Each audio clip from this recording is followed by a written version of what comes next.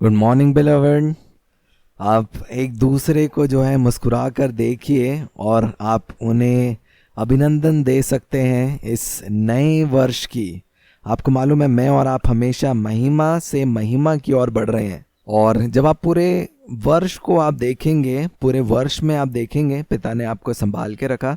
क्योंकि जो पिछला वर्ष था परीक्षाएं भी आई, और वो इसलिए था कि हम जाने कि हम मसीह में स्थिर हैं। मुझे नहीं मालूम कितने लोगों ने, जो हमने पिछले कुछ दिनों में गवाही को बांटा था हमारे ग्रुप में, कितने जनों ने उसे पढ़ा। आपको मालूम है फर्क नहीं पड़ता किस समय, पर फर्क पड़ता है कि फल जो है हमारे जीवन में उत्पन्न हुआ है। और आप एक दूसरे को देखकर तुलना कर सकते हैं, और कई बार आप सोच सकते हैं कई के लिए वो तुरंत है, लेकिन कईयों के लिए हो सकता है शायद 3 साल लगते हैं। क्योंकि जो सहीपन का क्षेत्र है उसमें जो फल है वो हमेशा जीवन ही होगा। और हमने सुना था गवाही में कि कैसे वो एक दूसरे शहर में रहते हैं, और वहाँ का जो पीआर है, वहाँ पे रहने के लिए जो अनुमति है सरकार की तरफ से नागरिकता की, वो अभी तक नहीं मिली थी। और वो जिस नौकरी में थे उसमें वो पूरी तरीके से संतुष्ट नहीं थे, लेकिन वो उसे छोड़ नहीं सकते थे क्योंकि उनको और कहीं पे भी जो है वो नौकरी नहीं मिल रही थी। लेकिन फिर उन्होंने निर्णय लिया कि अब जो है मैं इस नौकरी को नहीं करूँगी, क्योंकि मुझे मालूम है ये मेरे लिए नहीं है। और जैसे ही उन्होंने ये निर्णय लिया, आपको मालूम है जो चीज़ जो 3 सालों में नहीं हुई वो 1 हफ्ते में वो सब काम पूरे हो गए। उनको उस देश की जो है नागरिकता मिल गई, उसके बाद उनको एक अच्छी नौकरी मिल गई। और उनको मालूम था कि इस बारी जो चीज़ें उनको मिल रही है वो उनकी काबिलियत नहीं, लेकिन यीशु मसीह के सहीपन है जो उनके लिए आगे बढ़कर कार्य कर रहा है। और एक और जो आज हमने गवाही सुनी कि कैसे जो व्यक्ति कलीसिया में आ रहे हैं, अब जो समस्या थी वो उनके जीवन में नहीं थी, लेकिन उनके किसी रिश्तेदार, उनके किसी प्रियजन के पास जो है समस्या आई। उन्होंने कहा कि प्रिया, जो मेरे रिश्तेदार हैं वो जो है वो गर्भवती हैं, और उनको डॉक्टर ने कहा है कि जो पानी जो है वो बच्चे के सर में या अलग अलग अंगों में चला जाएगा, तो हमें क्या करना चाहिए। और मैंने उनको केवल उत्साहित किया कि क्या आप जानते हैं कि आपके क्षेत्र में आप जो है जीवन के, यीशु मसीह के सहीपन के क्षेत्र में अब आ चुके हैं। और क्योंकि आप इस क्षेत्र में हैं, आप जानेंगे कि आपके जितने भी प्रियजन जो हैं वो वहाँ पे सुरक्षित हैं। इसलिए मैंने उनको कहा कि आप विश्राम करें और अब देखें कि यीशु मसीह का सहीपन जो है वो आगे जाकर आपके लिए वो कार्य करेगा।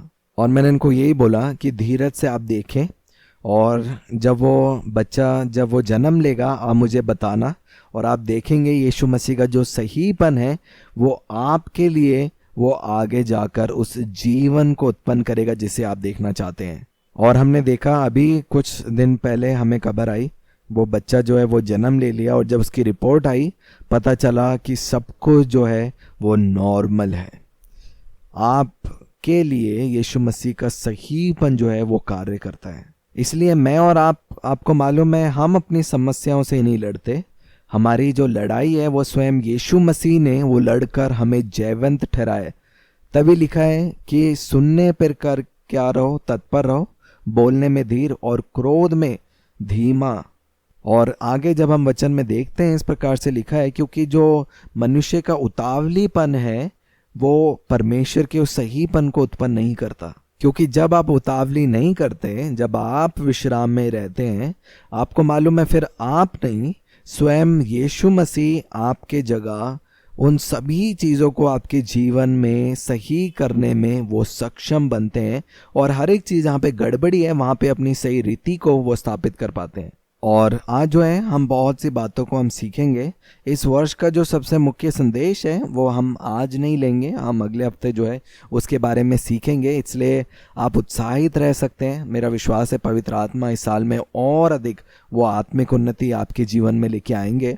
जैसे हमने गवाही में भी सुना, आपको मालूम है यीशु मसीह के प्रेम में मैं और आप जयवंत से बढ़कर हैं, और वो स्थान हमें मिलता है जब हम विश्राम में रहते हैं। और वो जो विश्राम है वो विश्राम है उन वचन में जो परमेश्वर पिता ने मेरे और आपके विषय में कहा है। आज जो है हम लोग बात करेंगे, हम लोग गलातियों की पत्री से हम लोग पढ़ने वाले हैं। और कितने लोग जानते हैं कि गलातियों की पत्री में कुल कितने अध्याय हैं? कुल कितने अध्याय हैं गलातियों की पत्री में? 6 अध्याय हैं गलातियों की पत्री में। और ये पत्री ऐसी है कि आप इसे जो है मुंह जुबानी जो है याद कर सकते हैं, क्योंकि ये इतनी छोटी है और हर एक जो वचन है वो जीवन से भरा है। और कितने लोग जानते हैं ये पत्री किसके द्वारा लिखी गई थी? कौन है लेखक? पौलुस के द्वारा ये पत्री लिखी गई। और जब हम गलातियों के पत्री का अध्ययन करते हैं, हम जानते हैं कि यीशु मसीह के जी उठने के बाद में ये पहली लिखी हुई पत्रियों में से एक है जो गलातियों की पत्री है। तो आज जो है हम इस पत्री का हम लोग अध्ययन करेंगे। हमने ये प्रण लिया था अपने दिल पर हाथ रख के कि जो भी सत्य परमेश्वर पिता प्रकट करेंगे उस सत्य को जो है आप ग्रहण करेंगे, है ना? कितने लोग इस बात में सहमत हैं? इसलिए आज जब आप परमेश्वर पिता की ओर से एक कुछ सत्य को आप सुनेंगे तो जो आपका झूठ प्राण में है क्या जाएगा? वो झूठ जो है वो आपके मन से जो है वो जाएगा। वो सत्य जो है आपके मनों में घर बनाएगा, क्योंकि वचन में लिखा है तुम सत्य को जानोगे और सत्य तुम्हें क्या करेगा? आज़ाद करेगा। और मेरा विश्वास है आज जो स्वतंत्रता है वो बहुत से लोगों के जीवन में उस सत्य के द्वारा जो है वो आ रही है। तो हम लोग शुरुआत करेंगे। सबसे पहले हम पढ़ेंगे गलातियों की पत्री, उसका 1 अध्याय, और हम उसका 1 वचन से हम पढ़ना शुरू करेंगे। यहाँ पे इस प्रकार से लिखा है, पौलुस की, जो ना मनुष्य की ओर से और ना मनुष्य के द्वारा वरन यीशु मसीह और परमेश्वर पिता के द्वारा जिसने उसको मरे हुओं में से जिलाया, प्रेरित है, और सारे भाइयों की ओर से जो मेरे साथ हैं गलातिया की कलीसिया के नाम परमेश्वर पिता और हमारे प्रभु यीशु मसीह की ओर से तुम्हें अनुग्रह और शांति मिलती रहे। उसने अपने आप को हमारे पापों के लिए दे दिया ताकि हमारे परमेश्वर और पिता की इच्छा के अनुसार हमें इस वर्तमान बुरे संसार से छुड़ाए। उसकी स्तुति और बड़ाई युगानुयुग होती रहे, आमीन। अब हम जो है इसका दूसरा भाग देखेंगे। कलीसिया जीवित है और वो जाग रही अपनी आत्मिक पहचान में। दूसरे भाग में आप देखेंगे ऊपर जो शीर्षक है वो लिखा है, कोई दूसरा सुसमाचार नहीं। केवल एक सुसमाचार है जो यीशु मसीह का है। और आइए देखते हैं उस सुसमाचार के विषय में क्या लिखा है। 6 वचन से पढ़ेंगे। यहाँ पे लिखा है, मुझे आश्चर्य होता है कि जिसने तुम्हें मसीह के अनुग्रह में बुलाया उससे तुम इतनी जल्दी फिर कर और ही प्रकार के सुसमाचार की ओर झुकने लगे, परंतु वह दूसरा समाचार है ही नहीं। दूसरा समाचार क्या है? वो समाचार जो यीशु मसीह का है, उसको जो है उसमें मिलावट कर कर जो है लोगों ने उसे प्रकट किया है। और बाइबल जो है एक प्रकार के आत्मिक व्यभिचार को बताती है, और वो यही है कि हम जो हैं जुड़ चुके हैं अब नए के साथ, यीशु मसीह के साथ, लेकिन अगर हम फिर भी अपना मन फिराते हैं पुराने में, मूसा में। और देखिए आगे क्या लिखा है वचन में, 8 वचन से हम लोग पढ़ेंगे। लिखा है, परंतु यदि हम या स्वर्ग से कोई दूत भी उस सुसमाचार को छोड़ जो हमने तुमको सुनाया है कोई और सुसमाचार तुम्हें सुनाए तो शापित हो। आपको मालूम है एक श्राप है जो नए नियम में है, जहां पे कोई भी रहना नहीं चाहता, वो नएपन में आकर फिर से पुराने में अगर वो रह रहा है तो वो जो स्थान है वो शापित है। कैसे वो व्यक्ति अपने जीवन में वो सारी प्रतिज्ञाओं को हाँ और आमीन के साथ देखने लगे, क्योंकि उनका जन्म हुआ यहाँ पे लेकिन अपनी पूरी जिंदगी जो है वो वहाँ पे रह रहे थे। और वो क्यों ऐसा लगता है? क्योंकि अभी भी जो है बहुत से लोग हैं उस पुराने में भी जी रहे हैं। उन्होंने यीशु मसीह को ग्रहण किया है, उस नएपन में आए हैं, लेकिन क्यों वो जीवन जो है मृत्यु से भरा लगता है? क्योंकि वो अभी तक जो है उस नएपन में या सही जगह में वो नहीं आए। और वो इसलिए क्योंकि आप एक ऐसी चीज जगह बैठे हैं जहाँ पे वो लोग नहीं सिखा रहे सहीपन जो यीशु मसीह का है, जो हम विश्वास से प्राप्त करते हैं। और वो अभी भी सिखा रहे हैं सहीपन जो आप कर्मों के द्वारा हासिल करें। आगे हम वचन में से पढ़ेंगे। 9 वचन में लिखा है, जैसा हम पहले कह चुके हैं वैसे ही मैं अब फिर कहता हूं कि उस सुसमाचार को छोड़ जिसे तुमने ग्रहण किया है। यहाँ पे देखो फिर से इस बात को पौलुस दोहरा रहा है कि अगर कोई उस सुसमाचार को छोड़ जिसे तुमने ग्रहण किया है, यदि कोई और सुसमाचार सुनाता है, मिलावट का सुसमाचार, तो शापित हो। अब मैं क्या मनुष्य को मानता हूं या परमेश्वर को? क्या मैं मनुष्य को प्रसन्न करना चाहता हूं? यदि मैं अब तक मनुष्य को ही प्रसन्न करता रहता तो मसीह का दास ना होता। अब इसको जो है मैं एक और अनुवाद में जो है मैं पढ़ना चाहती हूँ। हम 6 वचन से पढ़ेंगे। यहाँ पे इस प्रकार से लिखा है, मैं अचंभित हूं कि तुम इतनी जल्दी मसीह के अनुग्रह से बुलाने वाले को छोड़कर किसी और की ओर मुड़ गए हो और किसी दूसरे सुसमाचार को ग्रहण कर रहे हो, जो वास्तव में कोई और सुसमाचार है ही नहीं। हाँ, कुछ लोग हैं जो तुम्हें उलझा रहे हैं और मसीह के सुसमाचार को बिगाड़ना चाहते हैं। अगर यीशु मसीह के सुसमाचार को छोड़कर या यीशु मसीह के सहीपन जो विश्वास के द्वारा हमें मिलता है, अगर उसको छोड़कर किसी और प्रकार का सुसमाचार कोई ग्रहण कर रहा है या बिगाड़ रहा है, पौलुस ने इस बात को लिखा है जो हमने पढ़ा यहाँ पे कि वो जो जन जो है वो शापित है।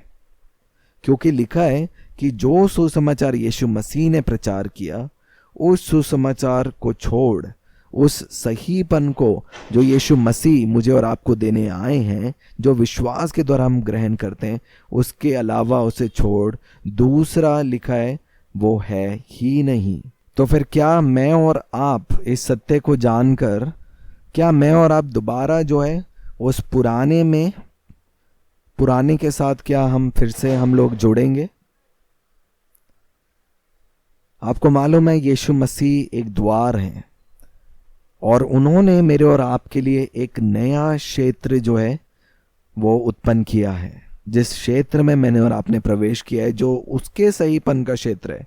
और जब मैं इंडिया आई थी, मुझे केवल एक बात मालूम थी जब विश्वास के दिनों की शुरुआत में, कि परमेश्वर पिता जो है वो भला है। और मुझे मालूम था कि वो जितनी भी भलाइयाँ हैं मैं अपने जीवन में प्राप्त करूंगी, वो यीशु मसीह के सहीपन के द्वारा है।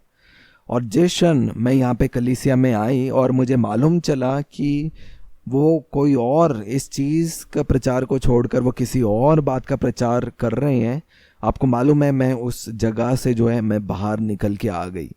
क्योंकि मुझे मालूम था कि जो सत्य है, सत्य को छोड़कर और जो सत्य से जो आज़ादी मिलती है उसे छोड़कर वैसी शांति और कहीं जो है आपको मिल नहीं सकती। इसलिए या तो आप मनुष्य को प्रसन्न कर सकते हैं या आप अपने परमेश्वर पिता को प्रसन्न करने वाले बन सकते हैं। और इसी बात को पौलुस जो यहाँ पे वचनों में लिखता है कि वो भी वैसे ही है जैसे वो परमेश्वर को प्रसन्न करने वाला है, वो मनुष्य को प्रसन्न करने वाला नहीं है। और वैसे ही मैं और आप, परमेश्वर पिता चाहते हैं कि जब हम जब नए में आए हैं, जो असली कलीसिया है, जो यीशु मसीह की कलीसिया है, अगर हम कह रहे हैं कि हम चर्च में, तो असली कलीसिया वही है जो सिखा रही है इस बात को कि सहीपन हमें मिला है विश्वास से, जो सहीपन यीशु मसीह का है, वो कर्मों पे आधारित नहीं है। और अगर कोई कलीसिया है जो सिखा रही है सहीपन कर्मों के द्वारा, तो वो पुराना है। हाँ, क्रूस वहाँ पे लगा है, लेकिन वो पुराना मूसा की व्यवस्था या मूसा के घर पे आधारित है। और फिर हमें लगता है कि क्यों हमारे जीवन में जो है वो फल उत्पन्न नहीं हो रहे। वो इसीलिए क्योंकि लिखा है कि अगर कोई मसीह का सुसमाचार को छोड़कर कोई दूसरा सुसमाचार सुनाते हैं तो वो शापित हैं। आगे हम वचन में से पढ़ेंगे, हम 11 वचन में से पढ़ेंगे। यहाँ पे लिखा है, हे भाइयों, मैं तुम्हें बताए देता हूँ कि जो सुसमाचार मैंने सुनाया है वह मनुष्य का नहीं, क्योंकि वह मुझे मनुष्य की ओर से नहीं पहुंचा और ना मुझे सिखाया गया, पर यीशु मसीह के प्रकाशन से मिला। यहूदी मत में जो पहले मेरा चाल चलन था, उसके विषय तुम सुन चुके हो कि मैं परमेश्वर की कलीसिया को बहुत ही सताता और नष्ट करता था। अपने बहुत से जाति वालों से जो मेरी अवस्था के थे, यहूदी मत में अधिक बढ़ता जाता था और अपने बाप दादाओं की परंपराओं के लिए बहुत ही उत्साही था। परंतु परमेश्वर की, जिसने मेरी माता के गर्भ ही से मुझे ठहराया और अपने अनुग्रह से मुझे बुला लिया, जब इच्छा हुई कि मुझ में अपने पुत्र को प्रकट करे। देखिए यहाँ पे पौलुस जो है वो पुत्रत्व की सच्चाई के विषय में कहता है। तो एक असली कलीसिया जो है वो यही है जो हमारे अंदर पुत्र है, उस पुत्रत्व की सच्चाई के विषय में हमें सिखाती है। क्योंकि जो लोग इस सत्य को प्रचार नहीं कर रहे वो मसीह का सुसमाचार नहीं। और इसीलिए अगर जहाँ पे वो प्रचार हो रहा है उसके विश्राम के बारे में, नई सृष्टि के बारे में, उन नए आत्मिक सत्य के बारे में जो आपकी पहचान से है, वो है असली चर्च। और वहाँ पे आप देखेंगे हर एक वादे जो हैं फिर हाँ और आमीन के साथ हैं। आप लोग समझ रहे हैं। आगे हम पढ़ेंगे, 16 वचन से पढ़ेंगे। लिखा है, जब इच्छा हुई कि मुझ में अपने पुत्र को प्रकट करे कि मैं अन्य जातियों में उसका सुसमाचार सुनाऊं, तो मैंने ना मांस और ना लहू से सलाह ली और ना यरूशलेम को उनके पास गया जो मुझसे पहले प्रेरित थे, पर तुरंत अरब को चला गया और फिर वहां से दमिश्क को लौट आया। फिर 3 वर्ष के बाद मैं कैफा से भेंट करने के लिए यरूशलेम गया और उसके पास 15 दिन तक रहा। परंतु प्रभु ने भाई याकूब को छोड़ और प्रेरित में से किसी से ना मिला। जो बातें मैं तुम्हें लिखता हूँ, देखो परमेश्वर को उपस्थित जानकर कहता हूँ कि वे झूठी नहीं। इसके बाद मैं सीरिया और कलिकिया के प्रांतों में आया, पर यहूदिया की कलीसिया ने जो मसीह में थी मेरा मुंह कभी नहीं देखा था, परंतु यही सुना करती थी कि जो हमें पहले सताता था वह अब उसी विश्वास का सुसमाचार सुनाता है जिसे पहले नष्ट करता था, और वह मेरे विषय में परमेश्वर की महिमा करती थी। अब इनको जो है हम एक और जो अनुवाद में मैं पढ़ूंगी आपके सामने, 11 वचन से हम लोग पढ़ेंगे। यहाँ पे जो है इस प्रकार से लिखा है, प्रिय भाइयों, मैं दृढ़तापूर्वक कहता हूं कि जो सुसमाचार मुझे सौंपा गया वह किसी मनुष्य की ओर से नहीं था। किसी ने मुझे ये शिक्षा नहीं दी, ये मुझे सीधे यीशु मसीह के प्रकाशन से मिला। तुम सुन चुके हो कि मैं पहले मसीहों को किस प्रकार सताता था और परमेश्वर की कलीसिया को नष्ट करने के लिए किस तरह का प्रयास करता था। यहूदी धर्म के उपदेशों के प्रति मेरा जोश और उत्साह कितना अधिक था कि मैं अपनी उम्र के बहुत से आगे बढ़ गया था और अपने पूर्वजों की परंपराओं के लिए अत्यंत उत्साही था। परंतु परमेश्वर ने, जिसने मुझे जन्म से ही अलग कर लिया और अपने अनुग्रह से बुलाया, अपने इच्छा से अपने पुत्र को मुझ में प्रकट किया ताकि मैं अन्य जातियों में उसका सुसमाचार सुनाऊं। इस अनुभव के बाद मैंने किसी मनुष्य से परामर्श नहीं लिया, ना ही मैं यरूशलेम जाकर उन प्रेरितों से मिला जो मुझसे पहले नियुक्त किए गए थे। इसके बजाय मैं अरब के जंगल में चला गया और वहां से दमिश्क लौटा जहां मैंने पहली बार यीशु से भेंट की थी। 3 वर्ष बाद मैं यरूशलेम गया और प्रेरित पतरस से मिला और उसके साथ 15 दिन रहा। उन दिनों में प्रभु के भाई याकूब को छोड़कर और किसी प्रेरित से मेरी भेंट नहीं हुई। मैं परमेश्वर के सामने स्वीकार करता हूं कि मैं जो बातें लिखता हूं वे पूर्ण सत्य हैं। इसके बाद मैं सीरिया और किलिकिया के प्रदेशों में गया, परंतु यहूदियों की वह कलीसिया जो मसीह में थी मुझे व्यक्तिगत रूप से नहीं जानती थी। वे केवल ये सुनती थी जो पहले हमें सताता था वही अब उस विश्वास का सुसमाचार प्रचार कर रहा है जिसे वह कभी नष्ट करना चाहता था। और मेरे जीवन में हुए इस परिवर्तन के कारण वे परमेश्वर की महिमा करने लगे। आगे हम 2 अध्याय में से पढ़ेंगे। यहाँ पे लिखा है, 14 वर्ष के बाद मैं बरनबास के साथ फिर यरूशलेम को गया और तीतुस को भी साथ में ले गया। मेरा जाना ईश्वरीय प्रकाशन के अनुसार हुआ और जो सुसमाचार मैं अन्य जातियों में प्रचार करता हूँ उसको मैंने उन्हें बता दिया, पर एकांत में उनको जो बड़े समझे जाते थे, ताकि ऐसा ना हो कि मेरे इस समय की या पिछली दौड़ धूप व्यर्थ ठहरे।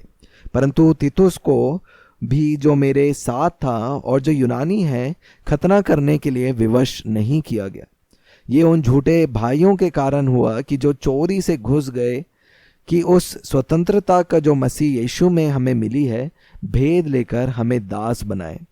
तो यहाँ पे हम देखते हैं कि क्या कहता है कि जूता यीशु मसीह के सुसमाचार के द्वारा हमें मिली है। कुछ ऐसे झूठे भाई थे जो आकर जो है वो दूसरा सुसमाचार प्रचार करने लग गए, जिसमें जो है वो वापस से जो है शरीर की दास है वो लेके जाना चाहते थे। लेकिन हमें मालूम है कि मैं और आप अब दास्तव के लिए बुलाए नहीं गए। मैं और आप जो है जहाँ पे परमेश्वर का आत्मा है वहाँ पे स्वतंत्रता है, और ये सत्य जो है हमें उस आज़ादी में लेके आ रहा है। आगे हम पढ़ेंगे कलीसिया जीवित है और वो जाग रही है। मैं उत्साहित करती हूँ कि आप इस समय में आप सोइए ना, क्योंकि अगर आप यहाँ पे जाग रहे हैं तो आप अपनी समस्याओं के बीच में जो है आप विश्राम करेंगे। आगे वचन में पढ़ेंगे, ये उन झूठे भाइयों के कारण हुआ जो चोरी से घुस आए थे कि उस स्वतंत्रता को जो मसीह यीशु में हमें मिली है भेद लेकर हमें दास बनाए। एक घड़ी भर उनके अधीन होना हमने ना माना, इसलिए कि सुसमाचार की सच्चाई तुम में बनी रहे। यहाँ पे देखिए वचन में लिखा है कि एक घड़ी भर उनके अधीन होना हमने ना माना। मुझे समझ में नहीं आता कई बार कैसे लोग सत्य को जब जानते हैं फिर भी जो है वो उस पुराने में जाकर वो बैठ जाते हैं। और फिर हम देखते हैं, आप देखेंगे कि जो बाइबल है, जो बाइबल के वचन है और आपका जो जीवन है वो फिर मेल नहीं खाएगा, क्योंकि वो जो है असली एकपन नहीं है। एकपन ये है कि जो हम कहते हैं, जो हम बोलते हैं और जो हम चलते हैं वो सब एक है। इसलिए ज़रूरी है कि जब वो सत्य हम पे प्रकट हुआ है, हमारा सारा जो कार्य है, हमारा जो डील डोल है वो उस सत्य के साथ जो है वो मेल खाए।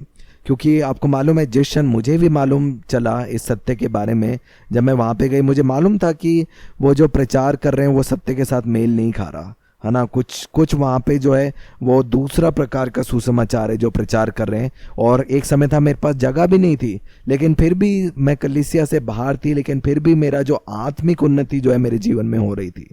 आगे हम वचन में से देखेंगे, हम 5 वचन से ही पढ़ेंगे। यहाँ पे लिखा है, एक घड़ी भर उनके अधीन होना हमने ना माना, इसलिए कि सुसमाचार की सच्चाई तुम में बनी रहे।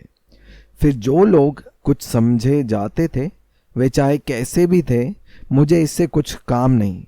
परमेश्वर किसी का पक्षपात नहीं करता। उनसे जो कुछ समझे जाते थे मुझे कुछ भी नहीं प्राप्त हुआ, परंतु इसके विपरीत जब उन्होंने देखा कि जैसा खतना किए हुए लोगों के लिए सुसमाचार का काम पतरस को सौंपा गया, वैसे ही खतना रहितों के लिए मुझे सुसमाचार सुनाना सौंपा गया। क्योंकि जिसने पतरस से खतना किए हुए में प्रेरिताई का कार्य बड़े प्रभाव सहित करवाया, उसी ने मुझसे भी अन्य जातियों में प्रभावशाली कार्य करवाया।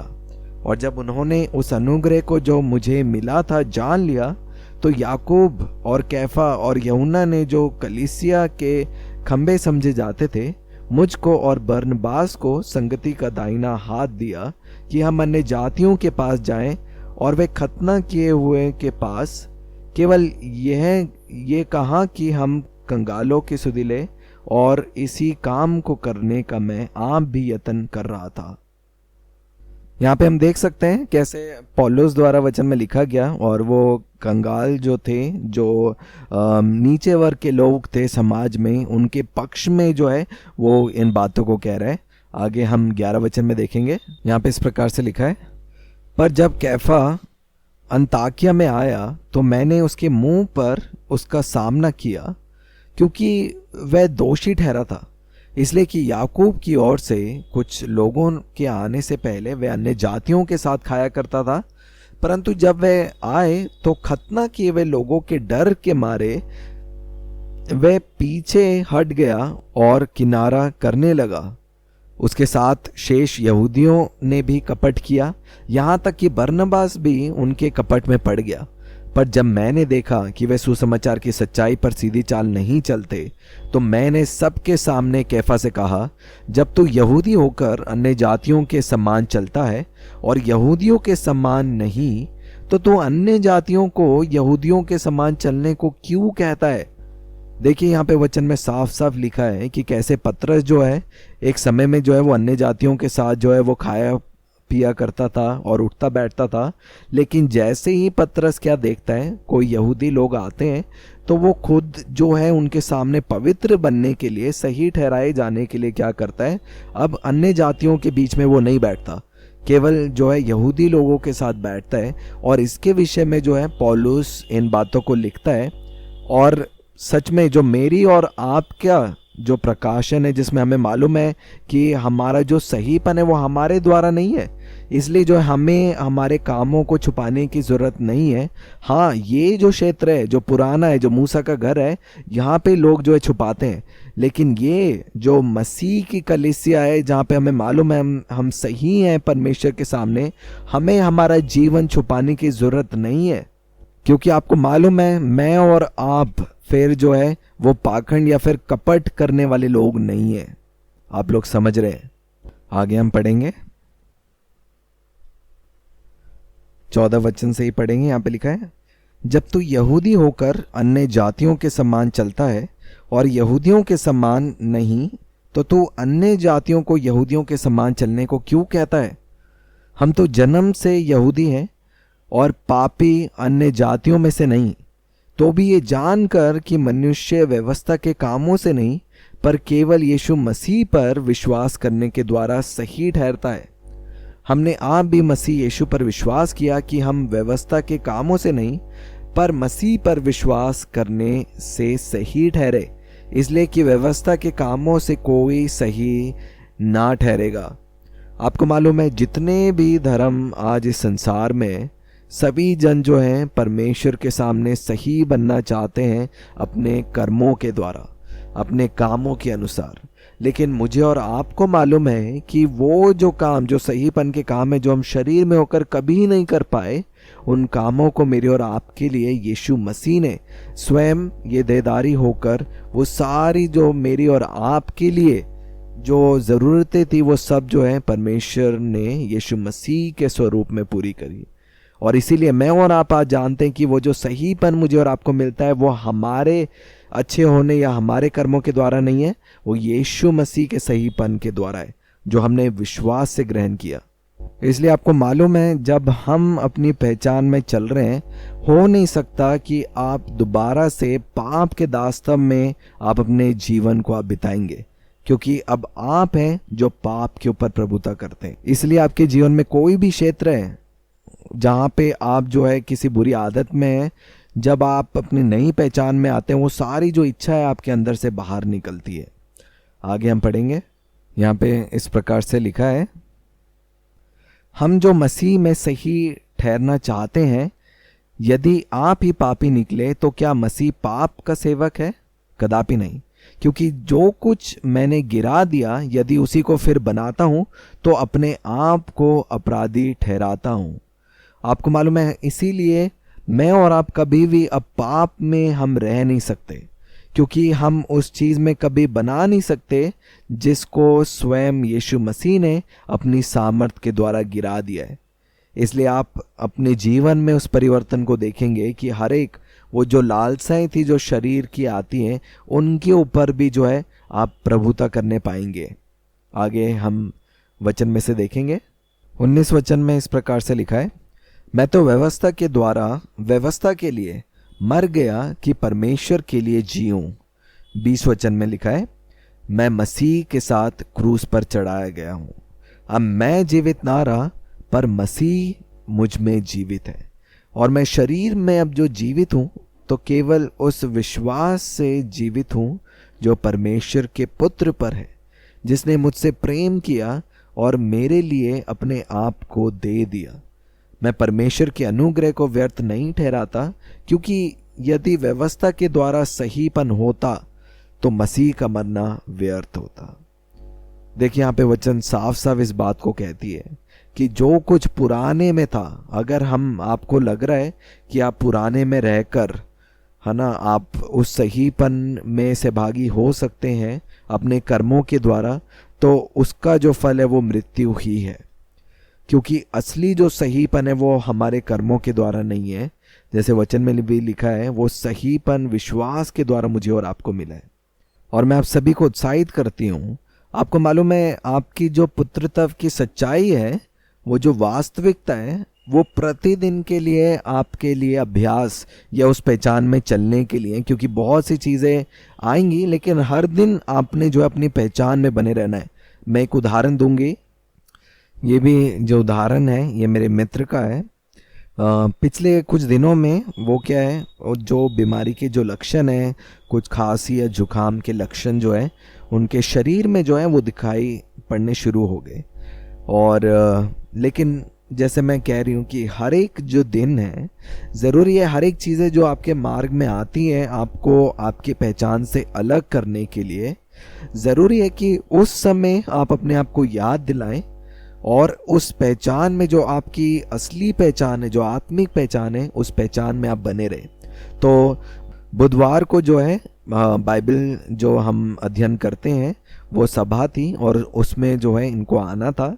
पर जैसे बहुत से लोग, आप लोग जो है इस चीज़ को बोलते हैं कि अरे मेरे शरीर में कुछ लक्षण मुझे दिख रहे हैं इसलिए मैं सभा में नहीं आ सकती। आपको मालूम है ये सब जो लक्षण है वो एक झूठ है, और अगर वो झूठ है तो ज़रूरी है कि आप उस सत्य के द्वारा जो है वो झूठ को बाहर निकालें। इसलिए ज़रूरी है कि जब भी वो झूठ या वो लक्षण दिखे आप सभा में आए।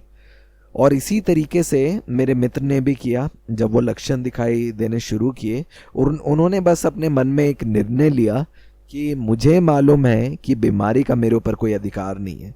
और जब वो इस स्थान में, इस पहचान में वो बनी रही, वो जब प्रार्थना सभा में आए, आपको मालूम है वही दिन था जब उसी समय जो है दूसरी समस्या भी जो थी, उनकी बहन को लेकर जो समस्या थी वो भी चल रही थी।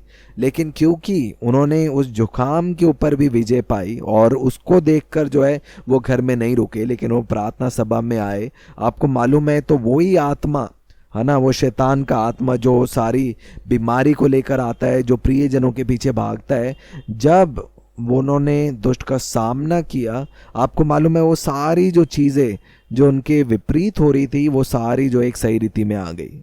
इसलिए ज़रूरी है कि हम इस सत्य को जानें कि एक जो पुत्र जो है वो अपने जीवन के अनुभव को देखकर वो चलने वाला एक व्यक्ति नहीं है। आपको मालूम है जब आप एक ऐसे स्थान में पहुंचेंगे जहाँ पे आप देखेंगे कि जितने भी अनुभव आपके आसपास हो रहे हैं, आपको फर्क नहीं पड़ेगा वो अनुभव क्या है, क्योंकि पवित्र आत्मा आपके मनों में उस पहचान में आपको इतना दृढ़ करेगा जिसमें आपको हर पल, हर घड़ी, हर समय ये मालूम है कि आप परमेश्वर के पुत्र हैं। और जब आप इस सोच के साथ अपने जीवन में चलेंगे, हर एक क्षेत्र में आप देखेंगे फिर हर एक जो अनुभव भी है वो जो है आपकी पहचान के साथ मेल खाएंगे। क्योंकि बहुत सी बारी क्या होता है, अनुभव जब हमारे जीवन में आता है, बहुत सी बारी हम अनुभव को देखकर जो है हम अपनी पहचान या अपनी वास्तविकता जो है वो बदल देते हैं और अपने विश्वास को जो है उसके हिसाब से हम ढालते हैं। और यही जो है दुष्ट चाहता है कि वो एक छल को दिखाकर, एक भ्रम को दिखाकर जो है हमारे विश्वास को वो हिला सके। पर जो असली विश्वास है, जो यीशु मसीह का विश्वास अब मेरे और आपके अंदर है, वो एक ऐसा विश्वास है जो देखी हुई वस्तुओं को नहीं, लेकिन अनदेखी वस्तुओं पर निश्चय करके उसका जो है प्रमाण करता है। और उसी विश्वास के साथ मैं और आप चलते हैं। और जब हम ऐसे अपने हर एक क्षेत्र में, चाहे वो हमारे स्वास्थ्य का क्षेत्र है, चाहे हमारा आर्थिक क्षेत्र है, हमारा पारिवारिक जीवन है, हर एक क्षेत्र में जब परिस्थितियां हमारी पहचान को हिला नहीं पाती, आपको मालूम है वो दुष्ट भी जो है हमारे सामने से फिर भागता है। और उसके बाद आप देखेंगे हर एक चीज़ें, यहाँ तक कि सृष्टि में जितनी भी चीज़ें हैं, वो आंधी और तूफान, सब कुछ आपको, सारा जो स्वर्ग राज्य वो जानता है आप कौन है। पर कार्य मेरे और आपके अंदर है, हमारे प्राणों में, कि क्या हम जानते हैं कि हम कौन है। आगे हम पढ़ेंगे, हम फिर से यही अध्याय को दोबारा पढ़ेंगे। ये एक और अनुवाद है, ये जो अंग्रेज़ी में है द पैशन ट्रांसलेशन, उसका हिंदी में अनुवाद जो है मैं पढ़ रहा हूँ। एक वचन से हम पढ़ेंगे। इस प्रकार से यहाँ पे लिखा है, 14 वर्ष बाद मैं फिर से यरूशलेम गया, इस बार बरनबास और तीतुस को अपने साथ लेकर। परमेश्वर ने मुझे स्पष्ट प्रकाशन दिया कि मुझे अन्य जातियों से मिलना चाहिए और उन जातियों के बीच जो अनुग्रह का सुसमाचार में प्रचार कर रहा था उसके विषय में उनसे विचार विमर्श करना चाहिए। मैंने कलीसिया के वरिष्ठ नेताओं से व्यक्तिगत रूप से बात की, ये सुनिश्चित करने के लिए कि कहीं मेरा परिश्रम और मसीह की सेवा सुसमाचार की गलत समझ पर आधारित ना हो। देखिए यहाँ पे पौलुस जो है इस बात के लिए काफ़ी चिंतित है कि जो शिक्षा यीशु मसीह ने दी है, जो सुसमाचार यीशु मसीह का है, उसे छोड़ कोई दूसरा सुसमाचार जो है वो प्रचार ना किया जाए।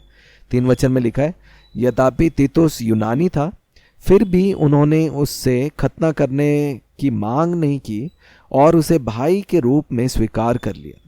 मैं उन्हें गुप्त रूप से इसलिए मिला क्योंकि कुछ झूठे भाइयों को गुप्त रूप से कलीसिया की सभाओं में भेजा गया था। वे हमारी उस अद्भुत स्वतंत्रता पर नजर रखने आए थे जो हमें यीशु मसीह में मिली है। उनका उद्देश्य हमें फिर से धर्म के बंधन में डालना था। तो यहाँ पे देखिए कैसे कलीसिया के बीच में पौलुस जो है इन बातों को लिख रहा है कि कुछ ऐसे झूठे भाई थे जो हमारे बीच में गुप्त रूप से भेजे गए थे कि जो स्वतंत्रता हमारे को यीशु मसीह में मिली है उसको वापस से जो है वो एक धर्म में वो लेके आ जाए। इसलिए आप कलीसिया में देखेंगे अगर कोई भी जन इस सोच के साथ बैठा है या प्रचार करता है जो अपने सहीपन से जो है परमेश्वर के सामने सही ठहरना चाहते हैं, हम समझते हैं कि वो जो एक झूठे भाई के समान है। इसलिए जो है ज़रूरी है कि हम उस सही सुसमाचार में हमेशा बने रहे। आगे पढ़ेंगे, परंतु ये जान लो हमने उनकी सहीपन या धार्मिक बेड़ियों को एक क्षण के लिए भी स्वीकार नहीं किया, ताकि अनुग्रह के सुसमाचार का सत्य तुम्हारे लिए शुद्ध और बिना मिलावट बना रहे। उन्हें सबसे प्रभावशाली भाइयों ने भी मेरे संदेश में कुछ भी जोड़ने के योग्य नहीं पाया। वे मनुष्य के सामने चाहे जो हो, मुझे कोई फर्क नहीं पड़ता, क्योंकि परमेश्वर मनुष्यों की प्रतिष्ठा से प्रभावित नहीं होता। उन्होंने ये पहचान लिया कि जिस प्रकार पतरस को यहूदियों के लिए सुसमाचार सौंपा गया, उसी प्रकार मुझे अन्य जातियों के लिए सौंपा गया है, क्योंकि वही परमेश्वर जिसने पतरस को यहूदियों के लिए प्रेरिताई सेवा के लिए सामर्थी थी, वही मेरे द्वारा अन्य जातियों के बीच प्रेरिताई सेवा करता रहा। जब याकूब, पतरस और यूहन्ना जो कलीसिया के स्तंभ माने जाते थे, वे मेरी सेवा में कार्यरत अनुग्रह को पहचाना, तो उन्होंने बरनबास और मुझे भाईचारे के साथ गले लगाया और मेरे बुलाहट का आदर किया कि मैं अन्य जातियों के लिए सेवकाई करूं और वे यहूदियों के पास जाएं।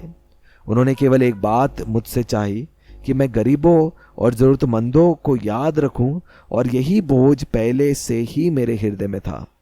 आगे 11 वचन से पढ़ेंगे। जब पतरस अंताकिया आया तो उसके आचरण से विश्वासियों के ठोकर खाने का कारण हुआ, और मैंने उसका सामना आमने सामने किया। वह अन्य जाति विश्वासियों के साथ मिलकर भोजन करता था जो यहूदी रीति रिवाजों को नहीं मानते थे। लेकिन जब याकूब के यहूदी मित्र यरूशलेम से आए तो उसने उन्हें देखकर अन्य जातियों से दूरी बना ली, इस डर से कि यदि वह उनके साथ खाएगा तो यहूदियों को कैसा लगेगा। पतरस की इस कपटपूर्ण चाल से कई अन्य यहूदी विश्वासी भी बहक गए और अन्य जाति विश्वासियों के साथ भोजन करने से इनकार करने लगे। यहाँ तक कि बरनबास भी उनके कपट में फंस गया। जब मैंने देखा कि वे सुसमाचार के प्रकाशन के अनुसार नहीं चल रहे, तो मैंने सबके सामने पतरस से कहा, तू जन्म से यहूदी है, परंतु तूने यहूदी रीति रिवाजों को छोड़कर अन्य जातियों की तरह जीवन बिताना चुना है। फिर तू क्यों अन्य जातियों पर जोर डालता है कि वे यहूदी रीति रिवाजों का पालन करें। यहाँ पे पौलुस जो है पतरस से इस सवाल को पूछता है कि क्या हम वापस से उस व्यवस्था के दास्तव में क्या हम फिर से जुटें, और इसीलिए वो इस वचन को कहता है कि ज़रूरी है कि हम हर एक पाखंडीपन को जो है हम अपने जीवन से दूर करें, क्योंकि मसीह जो है वो कोई रीति रिवाज नहीं है, लेकिन वो एक जीवित रिश्ता है। आगे हम पढ़ेंगे 15 वचन से इस प्रकार से लिखा है, हम जन्म से यहूदी हैं, ना कि अन्य जाति पापी। फिर भी हम जानते हैं कि कोई भी व्यक्ति व्यवस्था का पालन करके परमेश्वर की पूर्ण सहीपन नहीं पा सकता। ये केवल यीशु मसीह पर विश्वास के द्वारा ही मिलता है। उसी की विश्वास योग्यता ने हमें बचाया है और हमने परमेश्वर की सहीपन प्राप्त की है। अब हम जानते हैं कि सहीपन नियमों का पालन करके कोई भी परमेश्वर के द्वारा स्वीकार नहीं किया जाता। देखिए यहाँ पे वचन में कैसे स्पष्ट रीति से लिखा है कि मेरा और आपका जो सहीपन है वो हमारे कर्मों के द्वारा जो है कमाया गया नहीं है। वो मुझे और आपको यीशु मसीह के द्वारा एक वरदान के रूप में जो है वो ग्रहण करने के लिए दिया गया है। इसलिए आप देखेंगे जब आप ऐसा करेंगे, हर एक अपने जीवन की छोटी छोटी बातों में वो सहीपन को जो है आपके लिए आप कार्य करता हुआ देखेंगे। आगे हम वचनों में से पढ़ेंगे। फिर भी हम जानते हैं कि कोई भी व्यक्ति व्यवस्था का पालन करके परमेश्वर की पूर्ण सहीपन नहीं पा सकता। यह केवल यीशु मसीह पर विश्वास के द्वारा ही मिलता है। उसी की विश्वास योग्यता ने हमें बचाया है और हमने परमेश्वर की सहीपन प्राप्त की है। और अब हम जानते हैं कि सहीपन नियमों या व्यवस्था का पालन करके कोई भी परमेश्वर के द्वारा स्वीकार नहीं किया जाता। यदि हम मसीह के साथ सही ठहरने की इच्छा रखते हैं तो क्या इसका अर्थ है कि मसीह पाप का समर्थन करता है क्योंकि हम मानते हैं कि हम पापी हैं? कदापि नहीं। क्योंकि यदि मैं फिर से उस पुराने सहीपन व्यवस्था को छोड़कर धार्मिक व्यवस्था को खड़ा करने लगूं जिसे मैंने अनुग्रह के संदेश से गिरा दिया, तो मैं स्वयं अपराधी ठहरूंगा।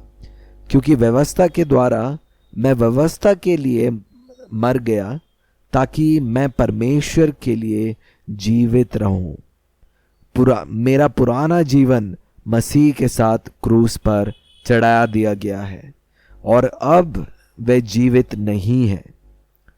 अब इस नए जीवन का सार मेरा अपना नहीं, क्योंकि मसीह स्वयं मुझ में जीवित है। हम एक होकर साथ रहते हैं। आपको मालूम है आपका ये जो जीवन है जो आप इस संसार में जी रहे हैं, अब आप अकेले नहीं हैं। मसीह आपके साथ उस एक पन में जो है वो जुड़ चुके हैं और वो जो है हर एक चीज़ों के ऊपर जो है वो प्रभुता और विजयी जो है आपको बना रहे हैं। आपके जीवन में कैसी भी क्यों ना परिस्थिति हो, जब आप इस प्रकाशन में चल रहे हैं, आप देखना हर एक जो मृत्यु भी आपके मार्ग में है वो जीवन में बदलने जा रही है। आगे पढ़ेंगे। लिखा है, क्योंकि मसीह स्वयं मुझ में जीवित है, हम एक होकर साथ रहते हैं।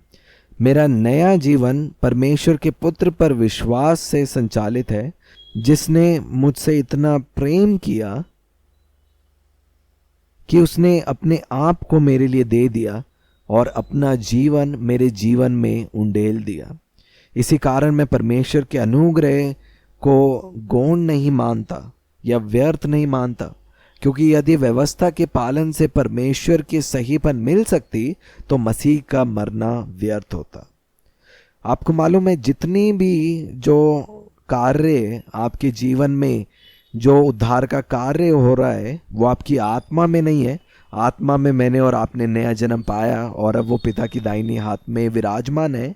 लेकिन इस समय जो हमारा प्राण है, हमारे प्राण में जो हमारी सोच है, हमारी कल्पनाएं, हमारे विवेक, हर एक चीज़ में जो है वो प्रगटीकरण होना ज़रूरी है।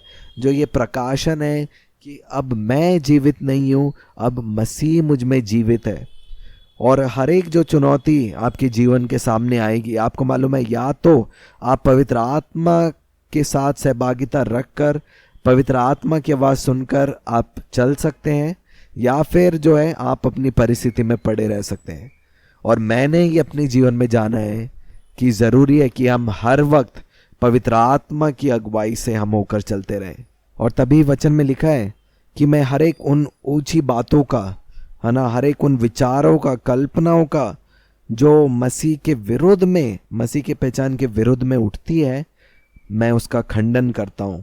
क्योंकि वो हर एक जो चीज़ें आएंगी वो आपकी पहचान के ऊपर जो है वो सवाल पूछने आएगी, यदि तुम पुत्र हो।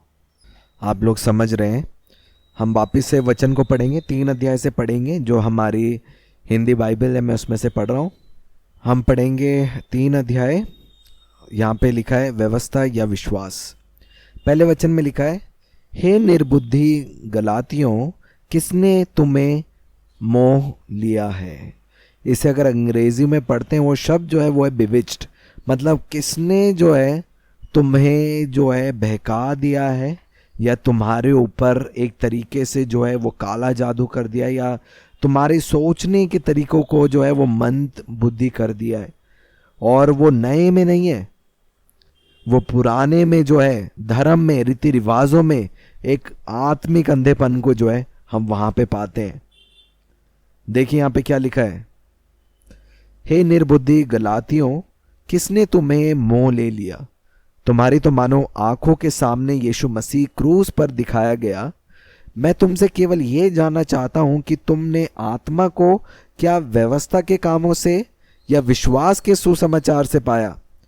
क्या तुम ऐसे निर्बुद्धि हो कि आत्मा की रीति पर आरंभ करके अब शरीर की रीति पर अंत करोगे।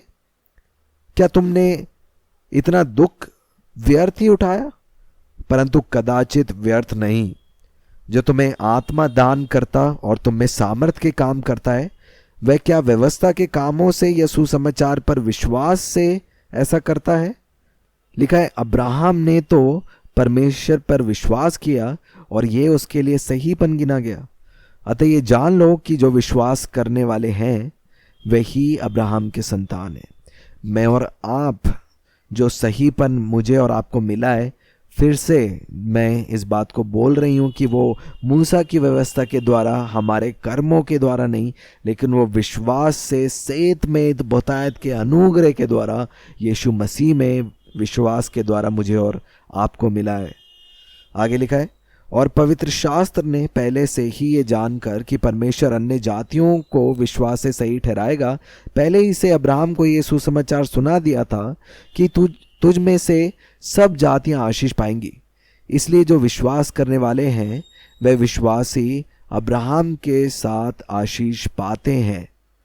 और आगे लिखा है, इसलिए जितने लोग व्यवस्था के कामों पर भरोसा रखते हैं वे सब शाप के अधीन हैं, क्योंकि लिखा है, जो कोई व्यवस्था की पुस्तक में लिखी हुई सब बातें के करने में स्थिर नहीं रहता वह शापित है। आपको मालूम है, अगर आप उस सहीपन को प्राप्त करना चाहते हैं व्यवस्था के द्वारा, तो सिर्फ एक काम नहीं, लेकिन जितने भी नियम हैं, जितनी भी आज्ञाएं हैं, ज़रूरी है कि आप उन सभी आज्ञाओं को पालन करो। इसका मतलब है कि मान लीजिए अगर आप एक व्यवस्था भी पालन करने से अगर चूक जाते हैं, मान लीजिए आप जो है झूठ बोल देते हैं, या जो है बुरी चीज़ें जो हैं आपके आंखों के सामने आती हैं। और कितने लोग हैं आप में से जो एक ऐसे स्थान में रहना चाहते हैं जहाँ पे आप सहीपन प्राप्त करेंगे वो सभी नियमों को रखने के लिए। आगे देखिए क्या लिखा है,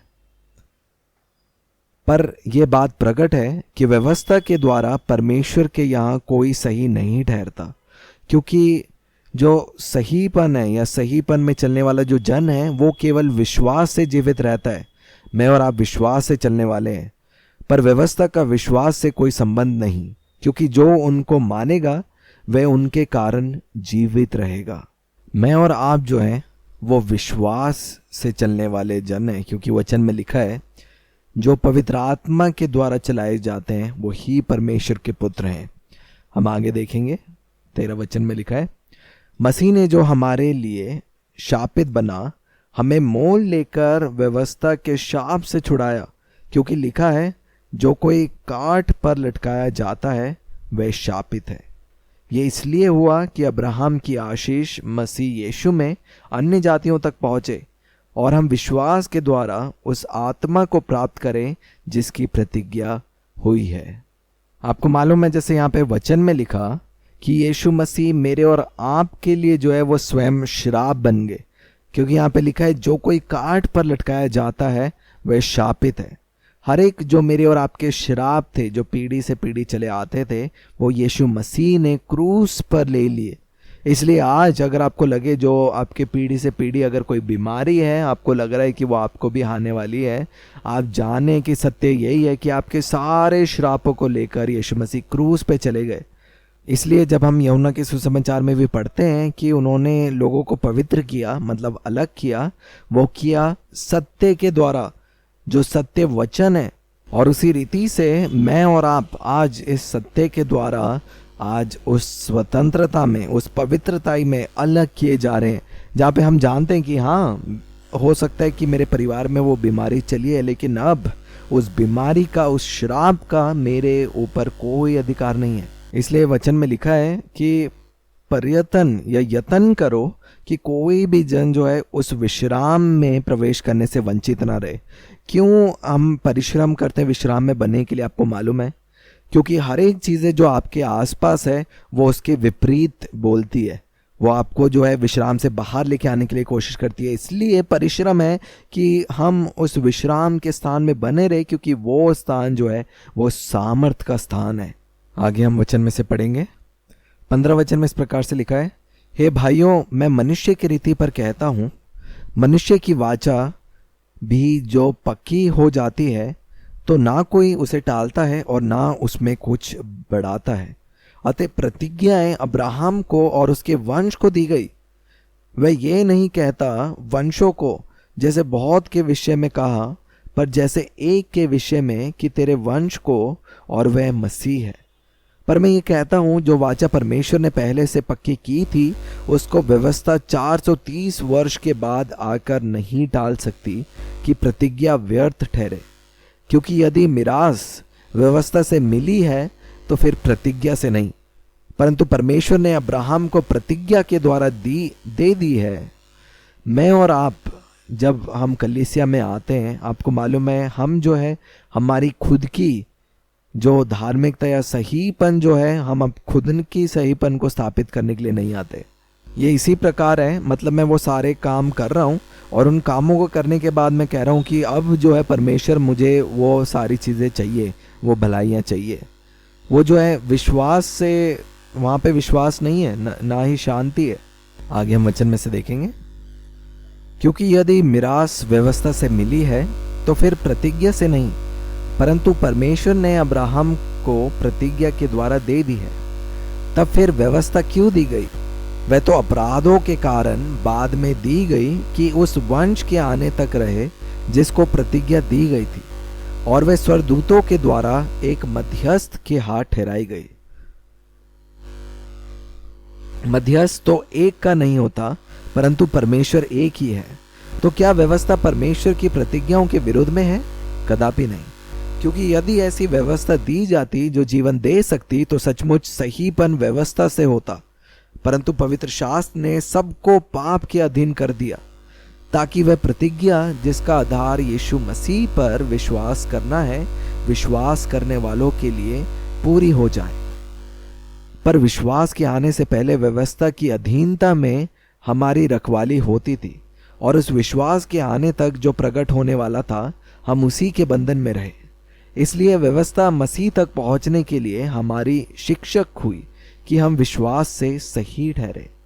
परंतु जब विश्वास आ चुका तो हम अब शिक्षक के अधीन ना रहे, क्योंकि तुम सब उस विश्वास के द्वारा जो मसीह यीशु पर है परमेश्वर की संतान हो। और तुम में से जितनों ने मसीह में बपतिस्मा लिया है, उन्होंने मसीह को पहन लिया है। अब ना कोई यहूदी रहा और न यूनानी, न दास न स्वतंत्रता, न कोई नर न नारी, क्योंकि तुम सब मसीह यीशु में एक हो। आपको मालूम है, पिछले दिनों में जो है एक जन जो है हमारी जो बाइबल अध्ययन की कक्षा है उसमें आने वाले थे, और उन्होंने कहा कि मैं नहीं आऊँगा क्योंकि वहाँ पे जो एक स्त्री जो है प्रचार कर रही है। और मैंने कहा क्या वो नहीं जानते इस वचन को, जिसमें लिखा है कि हम सब अब मसीह में एक हैं। और वचन में लिखा है अब ना नर न नारी, पर मैं और आप आत्मा में एक नई सृष्टि हैं। और जब हम देखते हैं कि हम नई सृष्टि हैं, तब उसमें हम देखते हैं कि मैं और आप उस नई सृष्टि की पहचान में परमेश्वर की संतान है। हम उसके पुत्र हैं। हम शरीर की पहचान के अनुसार नहीं चलते जो हमें हमारे माँ बाप से मिली, लेकिन उस आत्मिक पहचान के द्वारा मैं और आप चलते हैं जो हमें स्वर्गीय पिता के द्वारा मिली है। हम दोबारा से 3 अध्याय पढ़ेंगे। वो जो अंग्रेजी अनुवाद है टीपीटी में, उसको हिंदी में हम कर पढ़ेंगे 3 अध्याय से। और हम देखते हैं, जैसे हमने इस बात पे मनन किया, आपको मालूम है वचन में लिखा है कि व्यवस्था क्यों दी गई। जब हम छोटे थे, आपको मालूम है जब बच्चा छोटा है उसको बहुत सी जो है वो आज्ञाएं देनी पड़ती हैं कि चाकू से मत खेलो, आग से मत खेलो, ऐसे बाल काटो। और वो जो नियम है, ये व्यवस्था इसलिए दी जाती है क्योंकि वो एक बालक के रूप में है।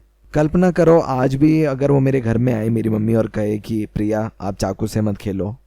और इसीलिए लिखा है जो व्यवस्था थी वो एक शिक्षक के समान थी, क्योंकि मनुष्य नहीं जानता था कि वो पापी है।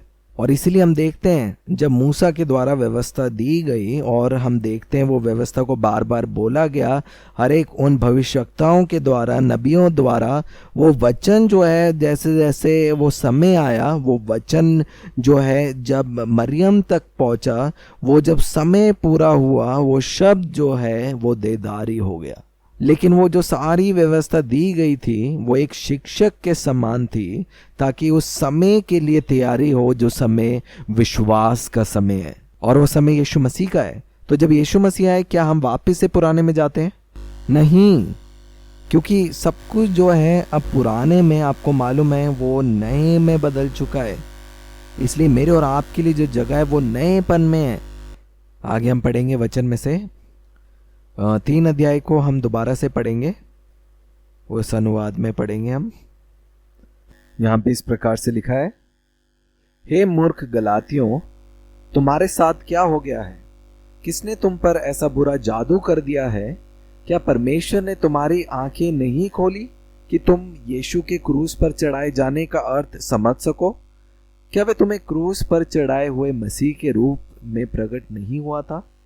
तो मुझे ये बताओ, क्या तुम्हें पवित्र आत्मा यहूदी नियमों को मानने के इनाम के रूप में मिला था? नहीं, तुम्हें वह इसलिए मिला क्योंकि तुमने मसीह पर विश्वास किया। तुम्हारा नया जीवन तब शुरू हुआ जब पवित्र आत्मा ने तुम्हें नया जन्म दिया। तो फिर इतनी मूर्खता क्यों कि आत्मा में शुरू करके अब अपने ही कामों से उसे पूरा करने की कोशिश करते हो? देखिए यहाँ पे पौलुस जो है उसी सहीपन के विषय में कहता है जो लोग आज धर्म में समझते हैं कि हम कर्मों के द्वारा प्राप्त कर सकते हैं। पर वचन में क्या लिखा है? 4 वचन में, क्या तुमने इतनी परीक्षाएं और सताव व्यर्थ ही सह लिए? मैं तुमसे फिर पूछता हूं, तुम्हारे जीवन में पवित्र आत्मा की प्रचुरता और परमेश्वर की अद्भुत शक्ति के चमत्कारों का यहूदी नियमों के पालन से क्या लेना देना है? पवित्र आत्मा हमें विश्वास की सामर्थ और प्रकाशन के द्वारा दिया जाता है। अब्राहम जो हमारा विश्वास का पिता है, उसने परमेश्वर पर विश्वास किया और उसके विश्वास के कारण उसे परमेश्वर के सहीपन होने जो है वो प्रदान हुआ। इसलिए सच्चे अब्राहम के बच्चे वही हैं जिनका विश्वास उनके पिता अब्राहम जैसा है। और शास्त्र ने पहले से भविष्यवाणी कर दी थी कि विश्वास के आधार पर परमेश्वर अन्य जाति को भी सही ठहरेगा।